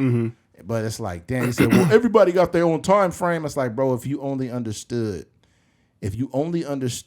how difficult it is to meet decent, regular people in this world. You got a woman you've been with for 3 years, 4 years, whatever, 5 years, however long it take y'all, you got to know, like, okay, we've had a lot more ups and downs. There's a bug in here. yeah, The fuck is that might that? be crazy. Damn. That's one of them Titanic bugs. It's a Titanic box. Yeah. Put a ring on it, man. Don't be afraid, fellas. Don't be afraid. I know that sounds odd coming from a single guy, but dog, I got some homies that got good wives, bro. So I do believe in marriage, Yeah. right? I do believe in marriage, but a lot of times I don't. Yeah, I have a lot of. I think in the past year and a half, year and a few months, I'm having like 3 of my friends getting married. So Oh, wow. love is in the air Oh wow. for sure. What's the wedding song? Dun, dun, dun, dun, dun, dun, dun, dun. Yeah. Well, I mean, there's nothing else I got on this. I just feel bad for the lady. Somebody gonna knock it down. I don't know what them Africans, man. She don't want one of them Africans to get on it. This is gonna be some regular villager dude. Gonna pull his drawers down. Dick gonna be to his knees. Like, oh no, I don't think I am ready for this. I don't know if I can handle that much dick right now. 123-year dry. I don't know if I can do it. It be them old ancient. I guess it's normal for some of them African people, man. If they got like tribes of people that's real short, they got tribes of people that's real tall. They got tribes of people that's just everybody in the tribe got a dick to their knees. Yeah. You ever seen them history books? Yeah. And it'd be like a bunch of ladies with titties down here. Titties They got be like hanging. a big old African booty. Yeah. Like, what is going on? Yeah, as little kids, you would definitely be like, because I'd be like, dang, they got titties in these books. Yeah, it would be crazy if you go. It's like, you know, the table of contents in the front. Somebody in the book. This is how they did when I was in school. It'd be like, Oh, they let you know where it's at. It's titties on page 57. Dang. Somebody wrote under there, good looking. Yeah, it's hilarious. Remember when you checked a book out back in the day and you had to have like a little slip card in the book? That's crazy. Yeah, that's the little library. Yeah, that's how they used to like I don't call it like the system to check out the books. Yeah, and you will see like years, like, you know, you see this book was checked out like in the 1990s, and you checking it out in the 2000s. You like, dang, that's crazy. This book been around for a minute. I need to go visit the library. I ain't been there in years, bro. Sometimes you got to renew your library card if it's been too long. Man, I don't even got that motherfucker no more. Yeah. But I think it's good to go to the library and check out a book, like to really find history about shit, like documented history. You won't even find a lot of that stuff like in columns. Yeah, you know what I mean. If you want, or they don't have it in the in like the Amazon store or whatever. You want to find out about like this country and its origin story, and you want to find out from a very unedited. You know what I mean? I for sure. I mean, side note, I was. As much as like the school library might have the little African book or the book with the Native Americans in there and they titties is out and stuff like that, I for sure was that horny little kid going into the art section of the library and looking at all the figure drawings, and there'd be women in there, you know, posing, because, you know, you're supposed to, that's how you develop your drawing skills or drawing the human figure, by drawing people naked, because the clothes, when you're drawing the clothes, you don't actually understand like the muscles and the structure and stuff like that of the bones and stuff like that. So yeah, I would definitely go in the library and look at the little art books or the photography books with the naked girls in there. I didn't even know about that. Yeah. Damn, He was missing out. That's some extra. Jesus Christ. All I know is probably my parallel to that would be when I was in 4th grade. We had she was a school psychologist. Her name was Mrs. Tafoya, and I would like be in the office and just be standing there staring at her. She was younger. She probably was back then probably 24, 25 or something. Yeah. She's really young, but she's really attractive. And like, all the young boys would do that though. Yeah. And I think like her specifically. Yeah. Mr. Foyer was very pretty. I wonder if she's still in the school system. If she is, she's definitely older. Like how old would she be? Oh man, like 60 something. Late 50s. Easily. Late 50s. Because she was 25 and this was in fucking 25 and 95. Just do the math. You know what I mean? Yeah. It's a trip. I have some teachers that I think about now, and I'm like, dude, she's well into her 40s. You know what I mean? Because if I'm 38, I had a teacher that was 27 when I was a senior at BHS named Mrs. Oh my God, what the fuck was her name? It'll come to me. But you got it. When you actually think about it, she ain't that much older than you. No. Yeah. No. So she probably what, like 40 set, like what, 47, yeah, 48? 47, something like that. Yeah. Yeah, she's still in her prime a little bit. Yeah, bro. But I don't know. Sometimes I wonder about some of the teachers. I wonder about, I had a teacher named Roger Stillman. He was in architectural drafting. I don't know if he was there when you were there. Yeah, he was there. He was? He was there after I was there. Are you fucking serious? Damn. Yeah. Oh my some of those teachers do be still looking like good afterwards, but some teachers get washed. Like life just happens, and then they kind of just lose. They kind of lose a grip.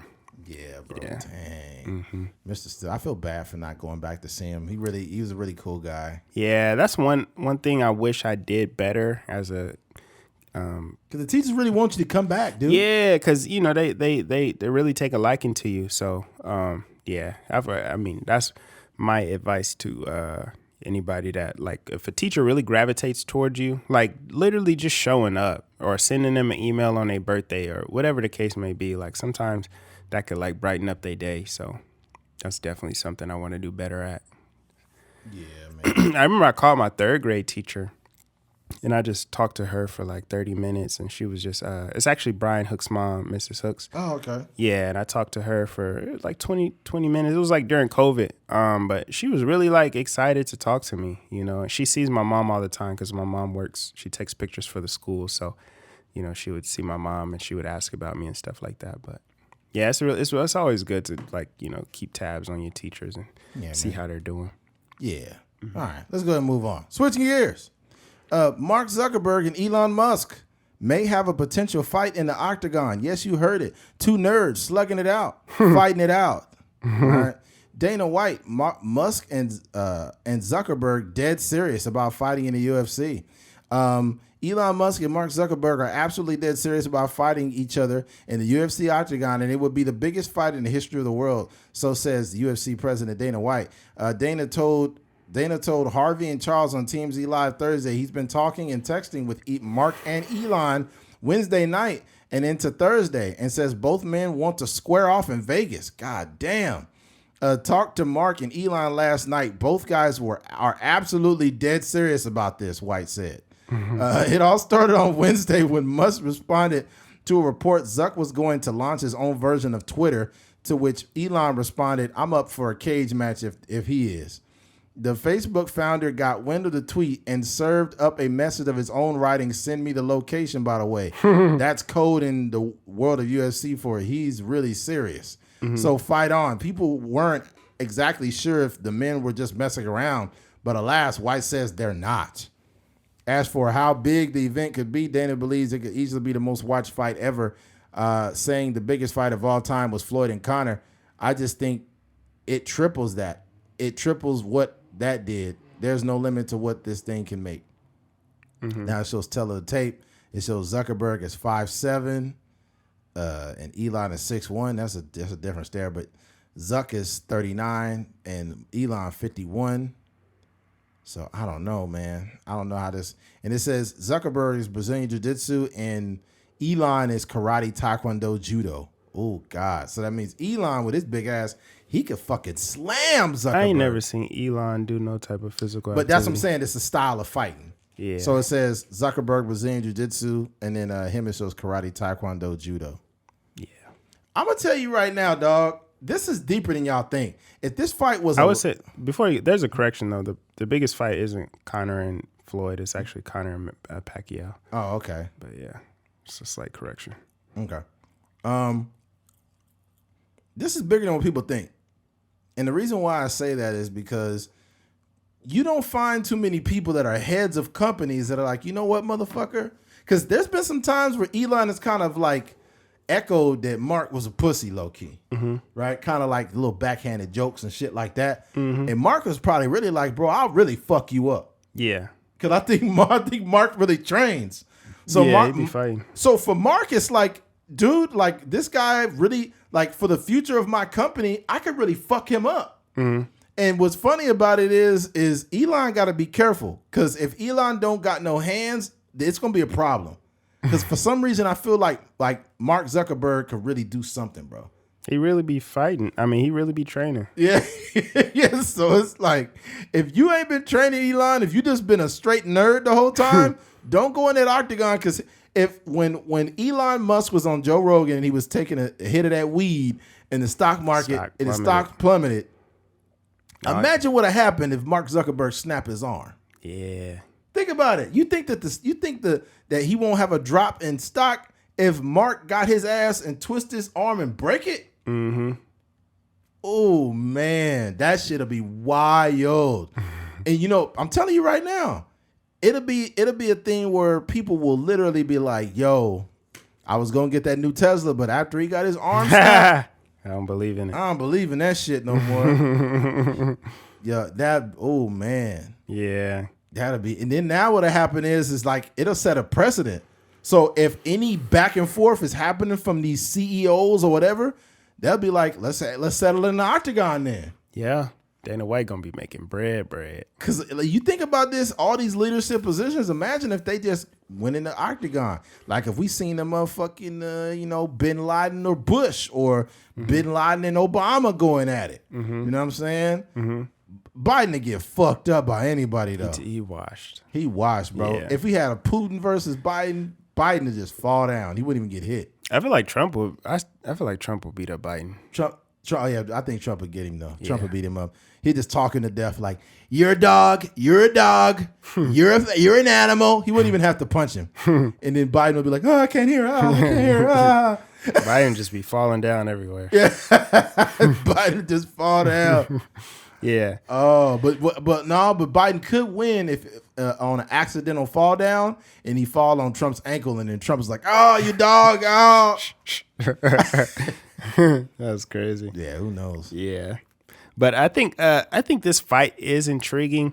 I don't see it the way that Dana White sees it as like the biggest. He's marketing the biggest fight. Yeah, because you think it was like 4.6 million for Pacquiao and Floyd. That's like the most pay-per-view. Back in the day, you know how Ali and the Thriller in Manila and all these huge where people were sitting by radio, like the radio or the stereos, and they was watching on TV and stuff like that. So I don't know how what the views on those fights were, but in terms of the pay-per-views, like 4.6 million, for Mayweather and Pacquiao, those are two like top tier fighters. I just don't see like it being on that scale. But the only way that I could see it being on it on bigger than that is if they utilize both of their platforms and to its fullest potential, True. Boosting it on Instagram and Facebook, and then using Twitter as Elon Musk tweets go viral all the time, so I can see it going crazy. I told you earlier, the best way to utilize this fight is somehow if anybody who owns a Tesla can watch this fight free from that Tesla screen. Yeah. That'd be fucking nuts. Yeah. Like if you got that computer, you just download some software or whatever, and you just boom, you got the fight. And then fucking Zuckerberg's like, hey, everybody on Facebook, plug you in. You can watch it there. So you got these two massive platforms, and everybody will be watching that shit. And then if you got the little Oculus goggles or whatever, you could watch it on there. Oculus. Oculus. Yeah, they could do. I mean, that's the thing. Like when you got this type of leverage and this type of power, like you could really do whatever you want to. So for them, I would be like, why do it regular? Like why do the straight Showtime pay-per-view? Like I wouldn't really even mess with Dana White. Like you don't got to. Yeah, no. I would just sanction it myself and let it be an exhibition. You know, get the facility. They probably don't want to have to deal with all the nuances of getting the refs and the judges and stuff, but outside of that, like, because you know Dana White got a reputation of keeping a bulk of the pie. So you know, I'm just like I'm Mark Zuckerberg. I don't need nobody. I got the funds to do whatever. Yeah, I haven't heard them speak about. They talk to him, but truth be told, they don't need him at all. They could literally, like you said, get it sanctioned. They could get a venue themselves. They could do everything themselves. Yeah, they could do it outside of UFC, and they could also get some ring judges. But thing about it though is, I seen Zuck, and Zuckerberg is in pretty decent shape. Yeah, he took a picture. I'm gonna show you this if I could find it real quick. You can keep talking. I'll show it to you. Yeah, but Mark, he took a picture and like he was like fresh out the gym. Oh, Mark Zuckerberg? Mm-hmm. Let me see. Mark Zuckerberg. Let me see here. It's this picture right here. Yeah, he look kind of dangerous. He could look like he gonna whoop him. Yeah. He gonna, Elon Musk, good luck. Yeah, Mark Zuckerberg looked like he actually... Yeah, I don't know about that. You might want to get snay on that one. But that's my thing. Like if you follow Mark Zuckerberg, you can tell he be tumbling a little bit. He be throwing some punches and combos. But I've literally never seen Elon Musk work out. So this is just super random to me that he supposedly is this, you know, it's like good in some form of mixed martial arts. But yeah, he looked like a nerd, but like he looked like he's. But you got to think about like he was, you know, a freaking prodigy in terms of computer science at where did he go to Harvard? I think he went to Harvard. I think so, yeah. Yeah, and he didn't even finish school. Like he started Facebook and then he just grew it to this like super successful company. And then like I imagine now Meta is kind of on autopilot. Like he probably has different people in positions where he doesn't have to do a lot of the groundwork.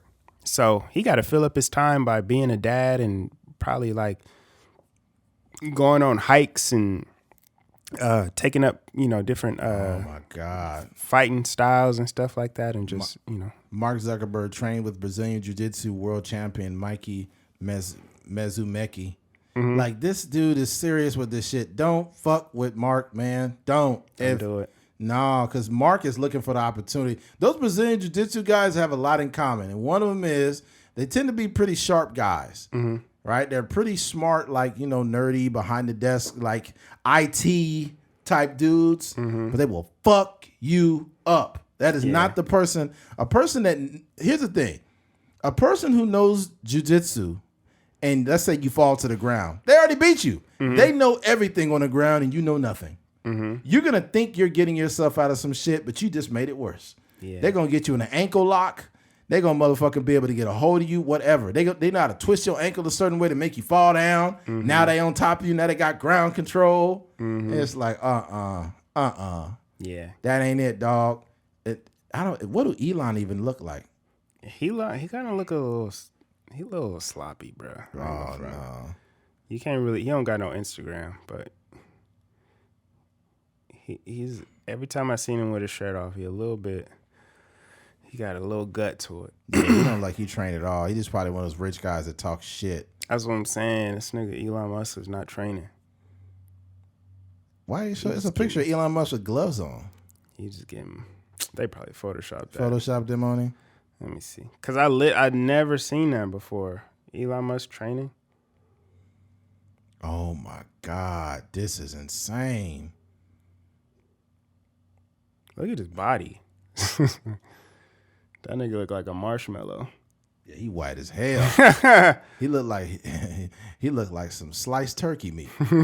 Like lunch meat, man. Yeah, dude, this is, I don't know. If in this fight, I'm sorry, but I might have to go with Zuckerberg right now. I'm going with Zuck.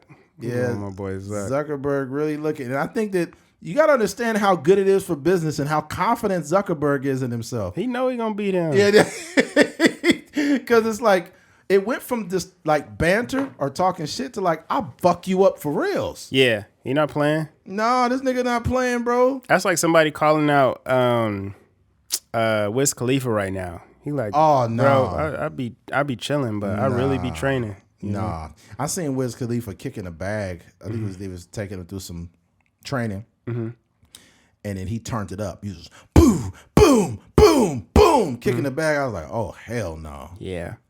That stuff is real, man. Wiz Khalifa went from being a novice to like being really fucking good. Yeah, people be putting them. If you put the work in, especially like in that type of like, jujitsu and stuff like that, you could get really good. Like, it's kind of scary. And he's still pretty skinny, but now it's muscle. Mm-hmm.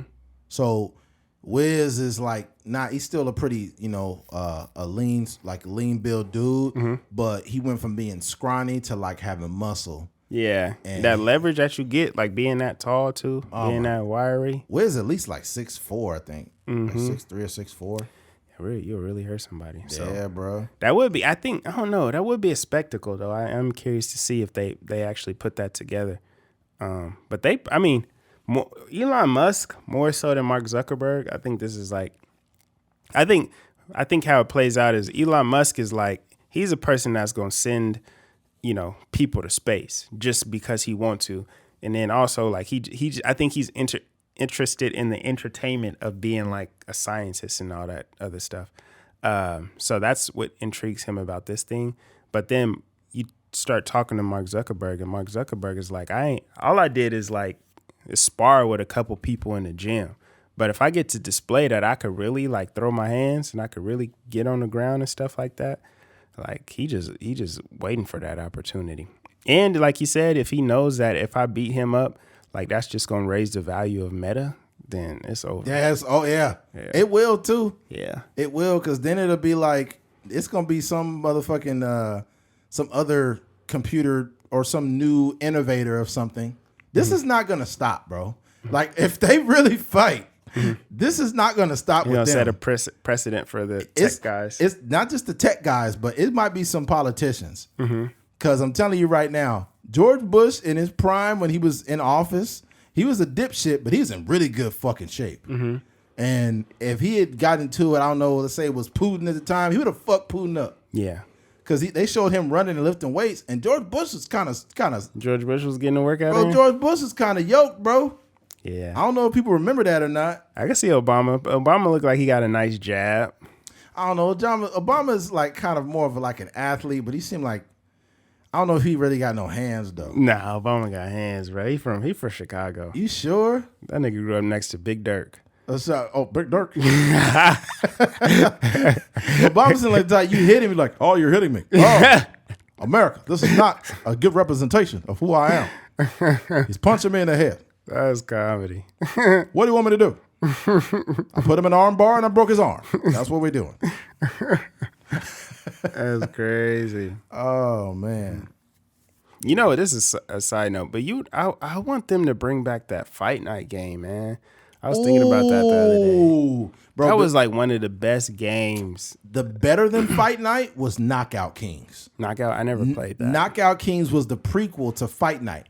Fight Night was really good game. I had Fight Night. But all it was a prequel. It was also with EA Sports, but it was on PS1 and I think it was on PS2 also.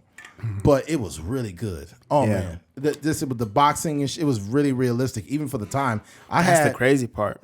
I remember playing Fight Night like years later, it's like really years good. after, it's still like good. 5 years after it came out, and the graphics was still solid. Yes. Yeah, I was like, dang, they don't make PS3. They don't make games like that. Usually, if you play the game And by the time like the next year comes, it's just kind of like outdated. Yeah. Mm-hmm. Yeah. Man, I was looking at a game back in the day that right now could stand up. And they're talking about with Madden, because Madden now, bro, it's supposedly got a little better this year. We'll see when it releases. But it was a game back in the day called NFL Fever on Xbox. Desmond had it. I don't remember. Man, that was a good fucking game. What company was it? What do you mean, what company?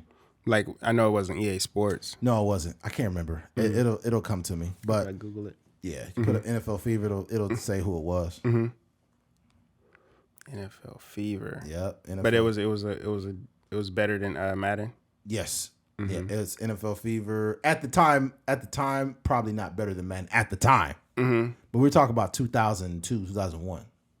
Oh, I do. I think I remember it because Peyton Manning is on the front of this cover. Dang. Desmond had that on Xbox. Yeah, it was a Microsoft game. Microsoft Studios. Microsoft, yes. And the graphics were great back then. Yeah. Oh, yeah. Really good graphics. Yeah, I do remember this game. Yep. So it's NFL Fever. NFL Fever. And I think they only did a few years. Yeah. No, it shows it went up to 04. Yeah, I think we need more parity in terms of these sports games. Just to, I see a 03. Yeah, 03, 04 too. 2003. Oh, the NCAA games is dope too. Are they supposed to be bringing that back? Yes, they are. Yeah, they're supposed to be bringing them back.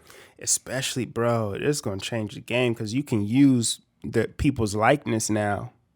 You know, you don't got to have like Reggie Bush on there as just number five. Yeah, we know it's Reggie Bush on there. Yeah, that's a trip. Yeah. Yeah. This is a while back too. It's got Derek Carr in here. Or not Derek, David Carr. 2002 NFL Fever. Yeah, this is super dope. Dang. Yeah, good stuff, man. Yep. All right. Let's close it out, man. All right. We got the last one here. We'll give you real quick with it with the Candace Owens shit. All right. Switching gears. Candace Owens. Candace Owens recently said that Juneteenth was ghetto and made up. It seems that in a political commentator, Candace Owens' spare time, she enjoys causing uproars. See, here, we got to stop this, though. Before I keep reading, just to let people know this is not an objective article. I was just looking for other articles, but it kept pointing me to video. Okay.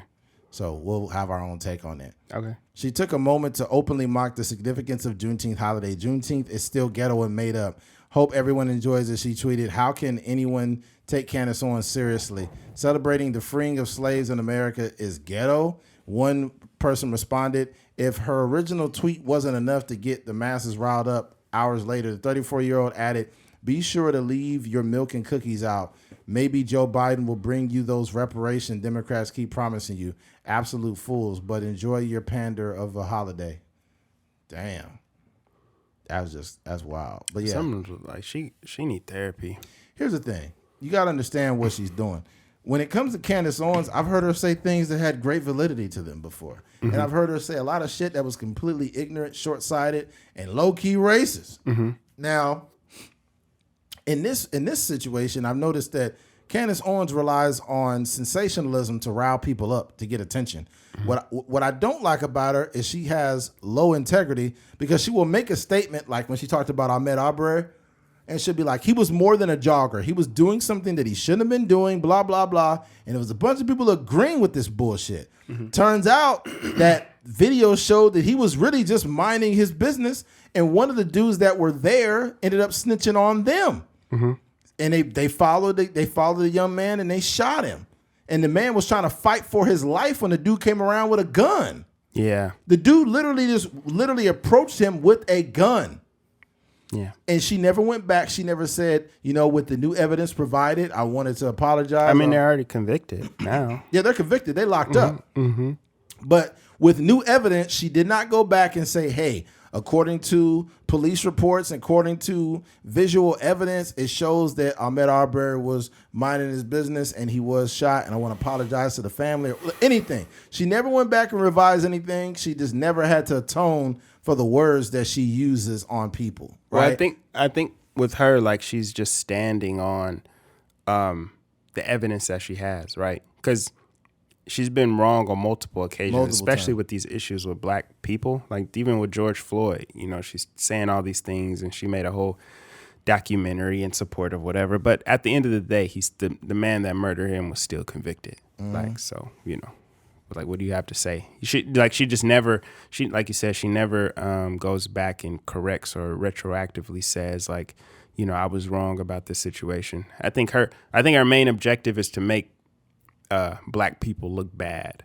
Well, here's the ultimate thing. What she realizes is there's a lot of right-wing pundits that happen to be white, but the difference is that because she's a black woman, she's saying all the things that some of them want to say, but they don't say it because it's not going to look right. But because Candace Owens is there, she's a black face, she could say this fucked up shit, and as a black woman, she doesn't really, she does a bad job of looking at these stories in an objective way. And what I notice about her too is she's galvanizing the far right. So there's a difference. There's conservative, because I have friends that are conservative, and they're conservative because their political affiliate, like their political affiliation just aligns with some of the conservative values. It doesn't go beyond that. They're not like Trumpers or none of that shit. They just happen to be conservative. And then there's people on the far right that bargain racism, that are uneducated, the loudmouth Trump people. Those are far right motherfuckers. She's galvanizing the far right people, that basically the ones that do say and do racist shit, and she's letting them know with a dog whistle, look, I see you. It's no different than people that's like super far right stuff where people are, far left stuff where people think that you should be able to change your gender in the second grade. Like that shit is too much. There are things on both sides that are very toxic towards America. And the shit on the right is the racist right-wing rhetoric and the idea that they can rely on Candace to say everything that they really want to say. And Candace knows that. And she knows as long as she keeps doing that, she's got a job. She's got job security because it's no different than fucking, what's that dude? Is it Jason Whitlock? Yeah. Oh my God, that dude is super. He's like one of those super conspiratorial conservative people where. Yeah, and he kind of turned into that, which is kind of weird. I think what they do, like early on, they say little certain things. Because Jason Whitlock was just he's just a regular guy talking about sports. And then I think there was like a kind of a divide that happened where he just started saying little things about certain athletes and about certain protests and stuff like that. Yep. Yeah. There's a market for black people there's a market for black people that say fucked up shit about black people. That's what I've noticed. Like the Jason Whitlocks and the Candace Owenses and people like that when they align with a right-wing party and they say like, black people are stupid and lazy. And then it be having like 2 million views. I'm like, what the fuck are you talking about? Yeah. Like, that's not okay, man. That's not okay. And then what I don't like is like tearing down black people without a solution. You know, like to call Juneteenth like this ghetto holiday or whatever, like what? Like, where is the conversation about making us better as a people? Like, because all I hear from her is just finding ways to, like, make us look bad and finding ways to, like, say what that group of, you know, white conservative men have to say about black people. And it's kind of sickening, man, just because we are already battling, like, so much, like, just so much in terms of society and in discrimination and all these things that we have to deal with just waking up. And then for somebody that looked just like you to be like saying the opinions of these other people is like, it's just fighting yourself almost. Yeah, but here's the issue. They don't understand the nuance in what you just said. What you just said sounds like an excuse to people on the far right. When you say, when we just wake up, we have to deal with this, like, oh God, here they come with the excuses. Black people are just too woke and always the victim. I read the comments and I want to provide nuance, right? The nuance is this. When you say Juneteenth is a made-up holiday, here's some history for you. It's not. 1865, the slaves were freed. Initially, they had been freed. Actually, it was 1863. But it was 2 years of people not knowing they was free, right? Yeah. Which is disgusting. Yeah. right? How are they going to find out? Yeah, nobody gonna tell them. They're gonna be like, don't tell them that they're free. Yeah. Right. So not only that, but you got the 13th Amendment, which basically was legalized slavery under the law. You know, if there was a crime. Some jargon to make slavery legal. That's all it was. Also, you had sharecropping, where you wasn't sharing shit. They was just taking advantage of black folks. You had freaking Jim Crow laws, where it was laws where literally if you seen a white woman coming your way, you had to cross the street. Like there's so many things and so many nuances that black people not only went through, but are still there are residual effects from that. Reparations, the fact that people that are on the right are looking at it as a handout, when not only in American history, but world history, reparations have been given to disenfranchised people. Jewish people got reparations. Japanese people that were put in internment camps in the 40s got reparations. Motherfucking slave owners that had slaves that had lost property got reparations. Everyone got paid except for black folks. And it's looked at as a fucking handout because history was written by the winners. And since the winners don't want to look bad, they will just continue to keep shitting on a person of a different hue. Right? Yeah. And I think that before we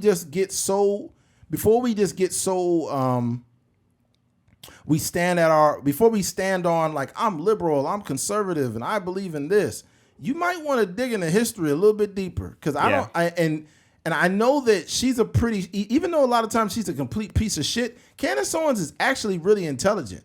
So what I take from her too is I don't have a lot of respect for her in a way because she knows what's really going on. She has to know the history of this country. Even when you talk about 1776, and the 4th of July and all of that, black people were considered 3/5 human. They were considered property during the inception of this country. So you can't just say, like, what if we said, 4th of July is a made-up holiday because we weren't even considered a human back then? But all holidays are made up. That's what I don't understand about that point. Like, any holiday. Like, New Year's is just something that people put together because, the world makes a full circle or whatever the case may be. So it's like all this stuff at the St. Patrick's Day is like just made up because of some Irish cultural elements or whatever. I don't know the full history, but it's just like, it's all made up. Like Christmas is made up. Like somebody sat down or the government sat down and made this a holiday by popular demand or something like that. So that's not a great point to stand on. So I just don't really understand that. It's not, but you got to understand, people that watch these, regardless if it's MSNBC or CNN, people or Fox News, people that watch these networks are not looking for information. They're looking for affirmation. They only want to be affirmed in what they believe. They're not looking for something new to find out. So when you present something new and say, hey, and you challenge Candace Owens and you say, hey, she's missing all this shit. Why is Juneteenth made up in ghetto? When you use the word ghetto, it's a dog whistle towards racist people on the very far right. When they think of ghetto, what do you think of? You don't think of just the word ghetto. You think it's affiliated with black people. We know what the fuck you're doing, Candace Owens. We know what you're doing. It's a dog whistle to say, hey, it's no different than Trump using the word thug in a fucking tweet. We know what you're doing. And this is garbage. And we got to get this shit out of the news cycle. It's got to go. No one's reporting the news anymore. They're just reaffirming the biases, whether it's on the left or the right. Yeah, but that's not news, though. She just like, all she does is like articulate her opinion. But you got to understand how people articulate news. People get their news from the motherfucking internet. Yeah, it'll be a popular streamer or somebody said something, and that's where they get their news. That's how people think. So with your platform, even this podcast, like for example, we talk on here, but we also tell you guys to go get the information. But there's some people that probably trust in what we say enough to where they're like, oh, Keith's a sharp guy. Eddie's a sharp guy. And it's like, I really don't want you guys to do that. I appreciate it, but you should go back and double check what we're saying. Yeah. You know what I mean? Yeah. These people just say what they say like it's the law. And it's like, come on, man. Yeah. I think my biggest shot at Candace Owens would be like, you don't ever revise anything. You just say something, it gets on fire, And even when you're wrong, you don't ever go back and correct anything. You just leave it in the air. And then you continue to have opinions. I think any person with integrity would say, hey, you know what? A few weeks ago, I said this, and it's been proven that, hey, the police evidence and this proved that was there. So if I offended anybody, I think it would literally mean more if she did that, but she won't do it. Mm-hmm. She won't do it because the people who subscribe to her content would lose respect if she did that. Yeah. You know, it's a big game. The sad part about Candace Owens is one day she gonna die and people are gonna laugh at her. And all those people that, you know, quote unquote got love for her, or they love to hear her talk, or, you know, you said you seen a comment where somebody essentially said, you know, I don't care for no black people, but, you know, thank God for Candace Owens. Yeah, like that was wild. All those comments. Like, it's gonna be the same. It's gonna be that same energy for the people that died in the submersible. Like, people gonna be laughing and putting up memes and all this stuff. All the comments you had to say about George Floyd is gonna come back, you know, tenfold. And it's just gonna be what it's gonna be, man. And that's the unfortunate thing about all this pandering and stuff that you're doing. It's like, when you die in terms of the conservative side, it's gonna be another day. And then at least, you know, the type of love that a Kobe Bryant might get when he passed away, or Prince, you know, Prince passes away. They have the Super Bowl and they light the city up in purple, and all the love that like our black people that we love, you know, get, or we celebrating these people. She not gonna get that same type of love from that side, because that's just it's just another nigga that passes away. And then on our side, it's like, you definitely not gonna get that love, because you've been preaching hate to us for the past, you know, 5-6 years. So yeah, I just think that when you are a person that's considered a minority in this country, you have a different. There was the prequel, or the beginning of this country. It was different towards you. It's not saying that you know, should, you know, not love America or not be proud of this country, but your origin story was different. Mm-hmm. There was a guy that served I think he served in Vietnam. I was telling you beforehand, and we were having a conversation out there in Van Nuys, and he basically told me, you know what, I served this country, and you're not a black man, you are an American. And I said, what? He said, you're an American. You're not a black man. I said, I'm a black man, and I'm proud of it.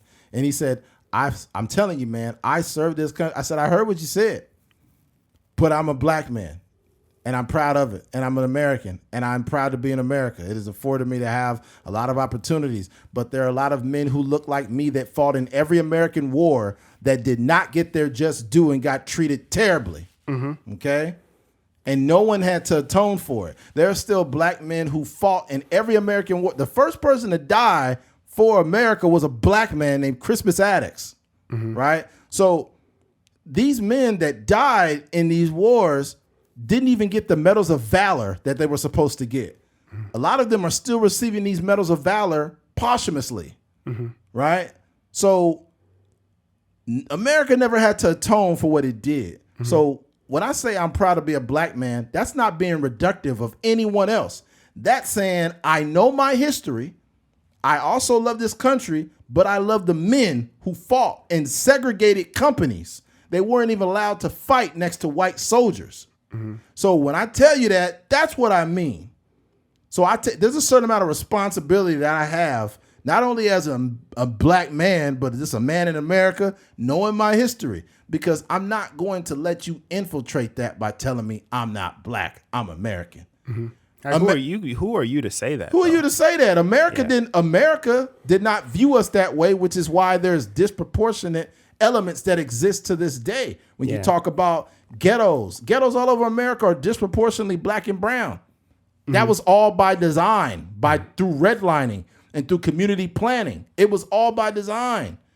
It's not because, you know, the reason why the landscape is the way it is not because, oh, we're black, we're dumb, you're so much smarter than us and you invest better than. No, it's because of the New Deal, right? That was, I think was it Lyndon Johnson? I don't think it was Lyndon. Who was it? I think it was Lyndon. Could be wrong. But the New Deal was written into place to literally give housing to white families. That is a fact. That is not fiction. Yeah. So when you look at all these things, if a black person just says, systemic oppression, and you're like, oh, stop it. You're just saying systemic. I'm adding nuance to it. I want you to look at all the shit that I'm saying. And then when you try to combat it with this very short-sighted view of what America is by saying black people are just making things up. Why do they have affirmative action? Why do they think they need reparations? Bro, if we gonna keep it a buck, we built this fucking country. Yeah. Cotton was $1 billion industry in the 1800s. Billion with a B. Black folks couldn't get nothing. Why are you complaining over 40 acres and a mule? Well, maybe because it was something that it was a financial beginning to hundreds of years of free fucking labor, right? That's why. I'm pro reparations. If somebody says, well, why do you think why did you deserve a handout? That's not a hand. That's the thing. Like, so I worked this gig where we work with these kids, right? And long story short, like the district hasn't paid us all of the money that we were owed because we were contracted through them to, provide a service, and they were supposed to pay us out for showing up for the kids or whatever.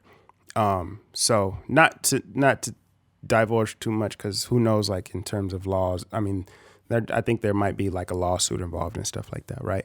So essentially one of the ladies, she has the nerve to say, she tells, like, this third party information, she tells one of the other people that she worked with, like, the person that is like our boss, she's like, basically telling another person that he's begging for his money. Like, he comes in here and he's begging for his money.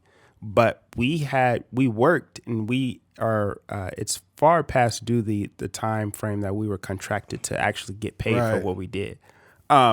So the nerve for her to say that we were begging for our money is the same conversation that we're having, like, about reparations. Like, this is something that was promised to us, and they have the nerve to say that we're asking for a handout, or we're begging, or we don't want to work, and all these different things. It's like, this is like, if something is, if this is not literally the situation, but if I loan somebody $5 in the next week, I'm like, hey, bro, like, you got that $5 I loaned you? Nigga, I'm not begging. I'm asking for the money that you said you were going to pay me back. So I don't know. It's just strange. Like, you start getting into the semantics and the linguistics of these conversations, and they try to, like, spin it like you did something wrong. Yeah, it's insane. It's insane how much I see in regards to these conversations, especially you look at the comments with Candace Owens, like, that's why I like Candace, because she tells the truth. No, she doesn't tell the truth. It's very easy to galvanize a bunch of people that already don't like somebody. Yeah. Right? Like I said, there's a difference between somebody who is right-leaning and somebody who is far-right. Most far-right motherfuckers will bargain racism any day. Because they already you notice that nobody's a racist anymore? Have you noticed that? Yeah. You know what I mean, right? Yeah. Nobody is. Yeah. Like, nobody's taking ownership of that. Thank you. It's not socially acceptable to call me a nigger, but when you go home around all your uncles and cousins and friends, you saying nigger 15 times a day. Yeah. Okay? It's no different than us. Like, even though we don't use the F word in regards to anybody that's gay, we got uncles and cousins that be dropping F-bombs all the time. And it's just like, damn, bro. But it's at the same time, this is what's really going on. We know what's going on. And these same people are watching Candace Owens every motherfucking day while she's doing it. And because she's black, it's softening the blow. Yeah. That's what it looked like now. It's incredibly irresponsible. Incredibly. And first of all, I'm not telling Candace that she shouldn't be crucial of black people, but doing it in a way that's not reductive. It's reductive. It's like you saying, like, oh my God, like, stop having your kids like caged animals. And I understand that you want to make excuses for being black. Oh, the victimhood, the victimology, and the woke this and that. And it's like, man, what people don't realize is Candace is fake. She was very, very liberal. Same with Tucker Carlson. He was on fucking CNN. They have a very specific way of moving where it's like they know the power, they know the the financial incentive of being like a very conservative person, and even like the people that are like very liberal, like the Sean Kings of the world. Yeah, they ridiculous. understand that this is a business, and they know exactly how to like. And I don't even know what they're selling or how they're monetizing it. I just know But that they as making money. as a platform, when Candace Owens is able to say certain things like, you know, like this is a ghetto holiday and it's a made up holiday. Yeah. That somehow translates into finances in some Candace capacity. Owens and Sean King might be comparable to each other. Because I've seen out of nowhere Sean King be like, why do people think Jesus is white? And it's like, nobody was thinking or talking about this. Nigga, I'm chilling. You just needed I'm watching a football game and he gonna tweet that. You just needed some form of sensationalism in order for you to grip people and keep them moving. And that's your business model. It's to say the next wild thing or the next conversation to get people riled up. Yeah. That's all it is. I think she kind of low-key took on a Sean King role. Mm-hmm. You know what I'm saying? Sean King for the right. Yeah. Yeah. Yeah, that's ridiculous. But there's that, man. I don't got much else on this, man. I just hope that people who subscribe to Candace Owens can see through the bullshit. Mm-hmm. Like I said before, even though I think she's full of shit, I've heard her say some things with really good validity and very good sense. Mm-hmm. So that's what makes it more upsetting is the fact that she's actually, she can articulate herself very well. Yeah. But it's very fake in the way she does it. Yeah. Because in order for her to articulate herself and say something that hateful means, she had to jump past all these historical facts. Mm-hmm. She had to jump over all these historical facts to make a very short-sighted opinion. Mm-hmm. So it's like, come on, man. Mm-hmm. But yeah, we got to get off the pod, man. How long we been on? 2 hours, 6 minutes. Okay, well, we gave him a little bit of a show here, man. Yeah. For all those that have made it to the end of the episode, we appreciate you, we got to man. shout out the YouTubes and stuff. I know. I'm about to get there. I almost slipped up. Yeah. You know what I'm saying? Nigga getting old. Yeah, man. Head over to our YouTube. That is at a Trucker's Mind podcast. Mm-hmm. Head over to truckersmind.com for merch, for your merch needs and hats. Mm-hmm. Head on over to ATMPOD on Cash App for a friendly donation. And head over to a Trucker's Mind podcast on Instagram, you know, _Truckers Mind _ podcast. Yeah. And check us out, man. Send us a sub. And head over to Spotify for a rating. Yeah, and Apple. And Apple. But Apple I said a rating. I'm not telling you what to rate it. That is up to you. Yeah. You know how people say, send us a 5-star rating. I said that one time, but it's like, I'm not going to coerce you into doing that. Yeah. You tell us how you feel, okay? If you feel we deserve 5 stars, you punch that goddamn 5th star, okay? Hey, man, like we were saying the last time, some of and we have far, far less reviews than some of the other podcasts, but our podcast rating is pretty high, 4.7. Yeah, 4.7 on Apple Podcasts. That's higher than, you know, a couple of the famous podcasts. Yeah, so that's why we want to prove it to y'all, man. We come out here, we drop these podcasts. They're over an hour and a half, 2 hours a week. Yeah. We just dropping straight. And we ain't getting paid from it. Nah, well, we getting paid. Like fractional. We get fractionally, but we it getting ain't even paid. worth, yeah. I don't want to.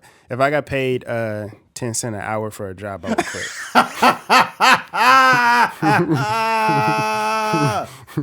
This is definitely an investment. Yeah, for sure. 100%, man. But it's totally worth the journey, man.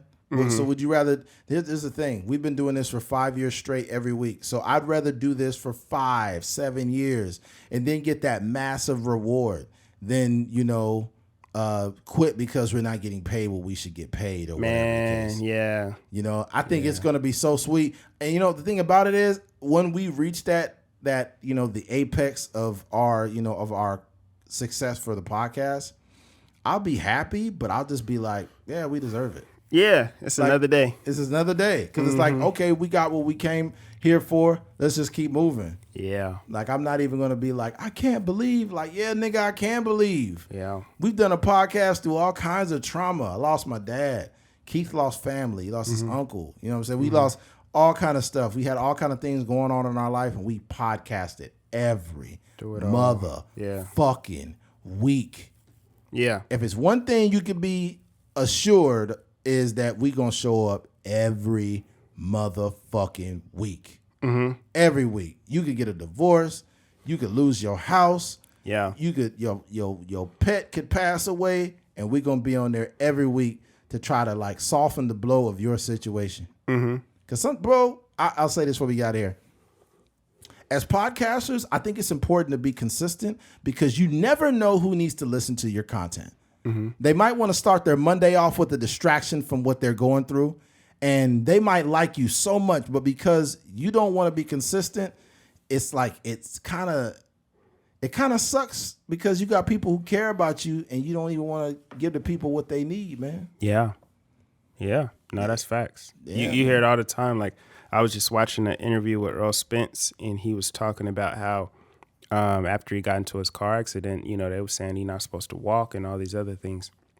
He said he just turned on Eric Thomas every day. And Eric Thomas was just, you know, coaching his mind, coaching his body. And he was just, you know, steadily, slowly but surely starting to figure out how to walk again, hitting the gym, hitting the bag and stuff. So, you know, it's important for those people that are putting out that content, and especially content that people care for, content with some substance, that we keep putting it out, because you just don't know who's in the middle of freaking Minnesota or whatever that's dealing with some breakup or dealing with, you know, somebody passing away that need to hear your voice. So keep putting that content out, man. 100%. You never know who's listening. Well, once again, if you made it to the end of this episode, we appreciate you. Thank you for listening to a Trucker's Mind podcast. I'm Eddie McGee. It's your boy K Fings. We're out of here. Peace.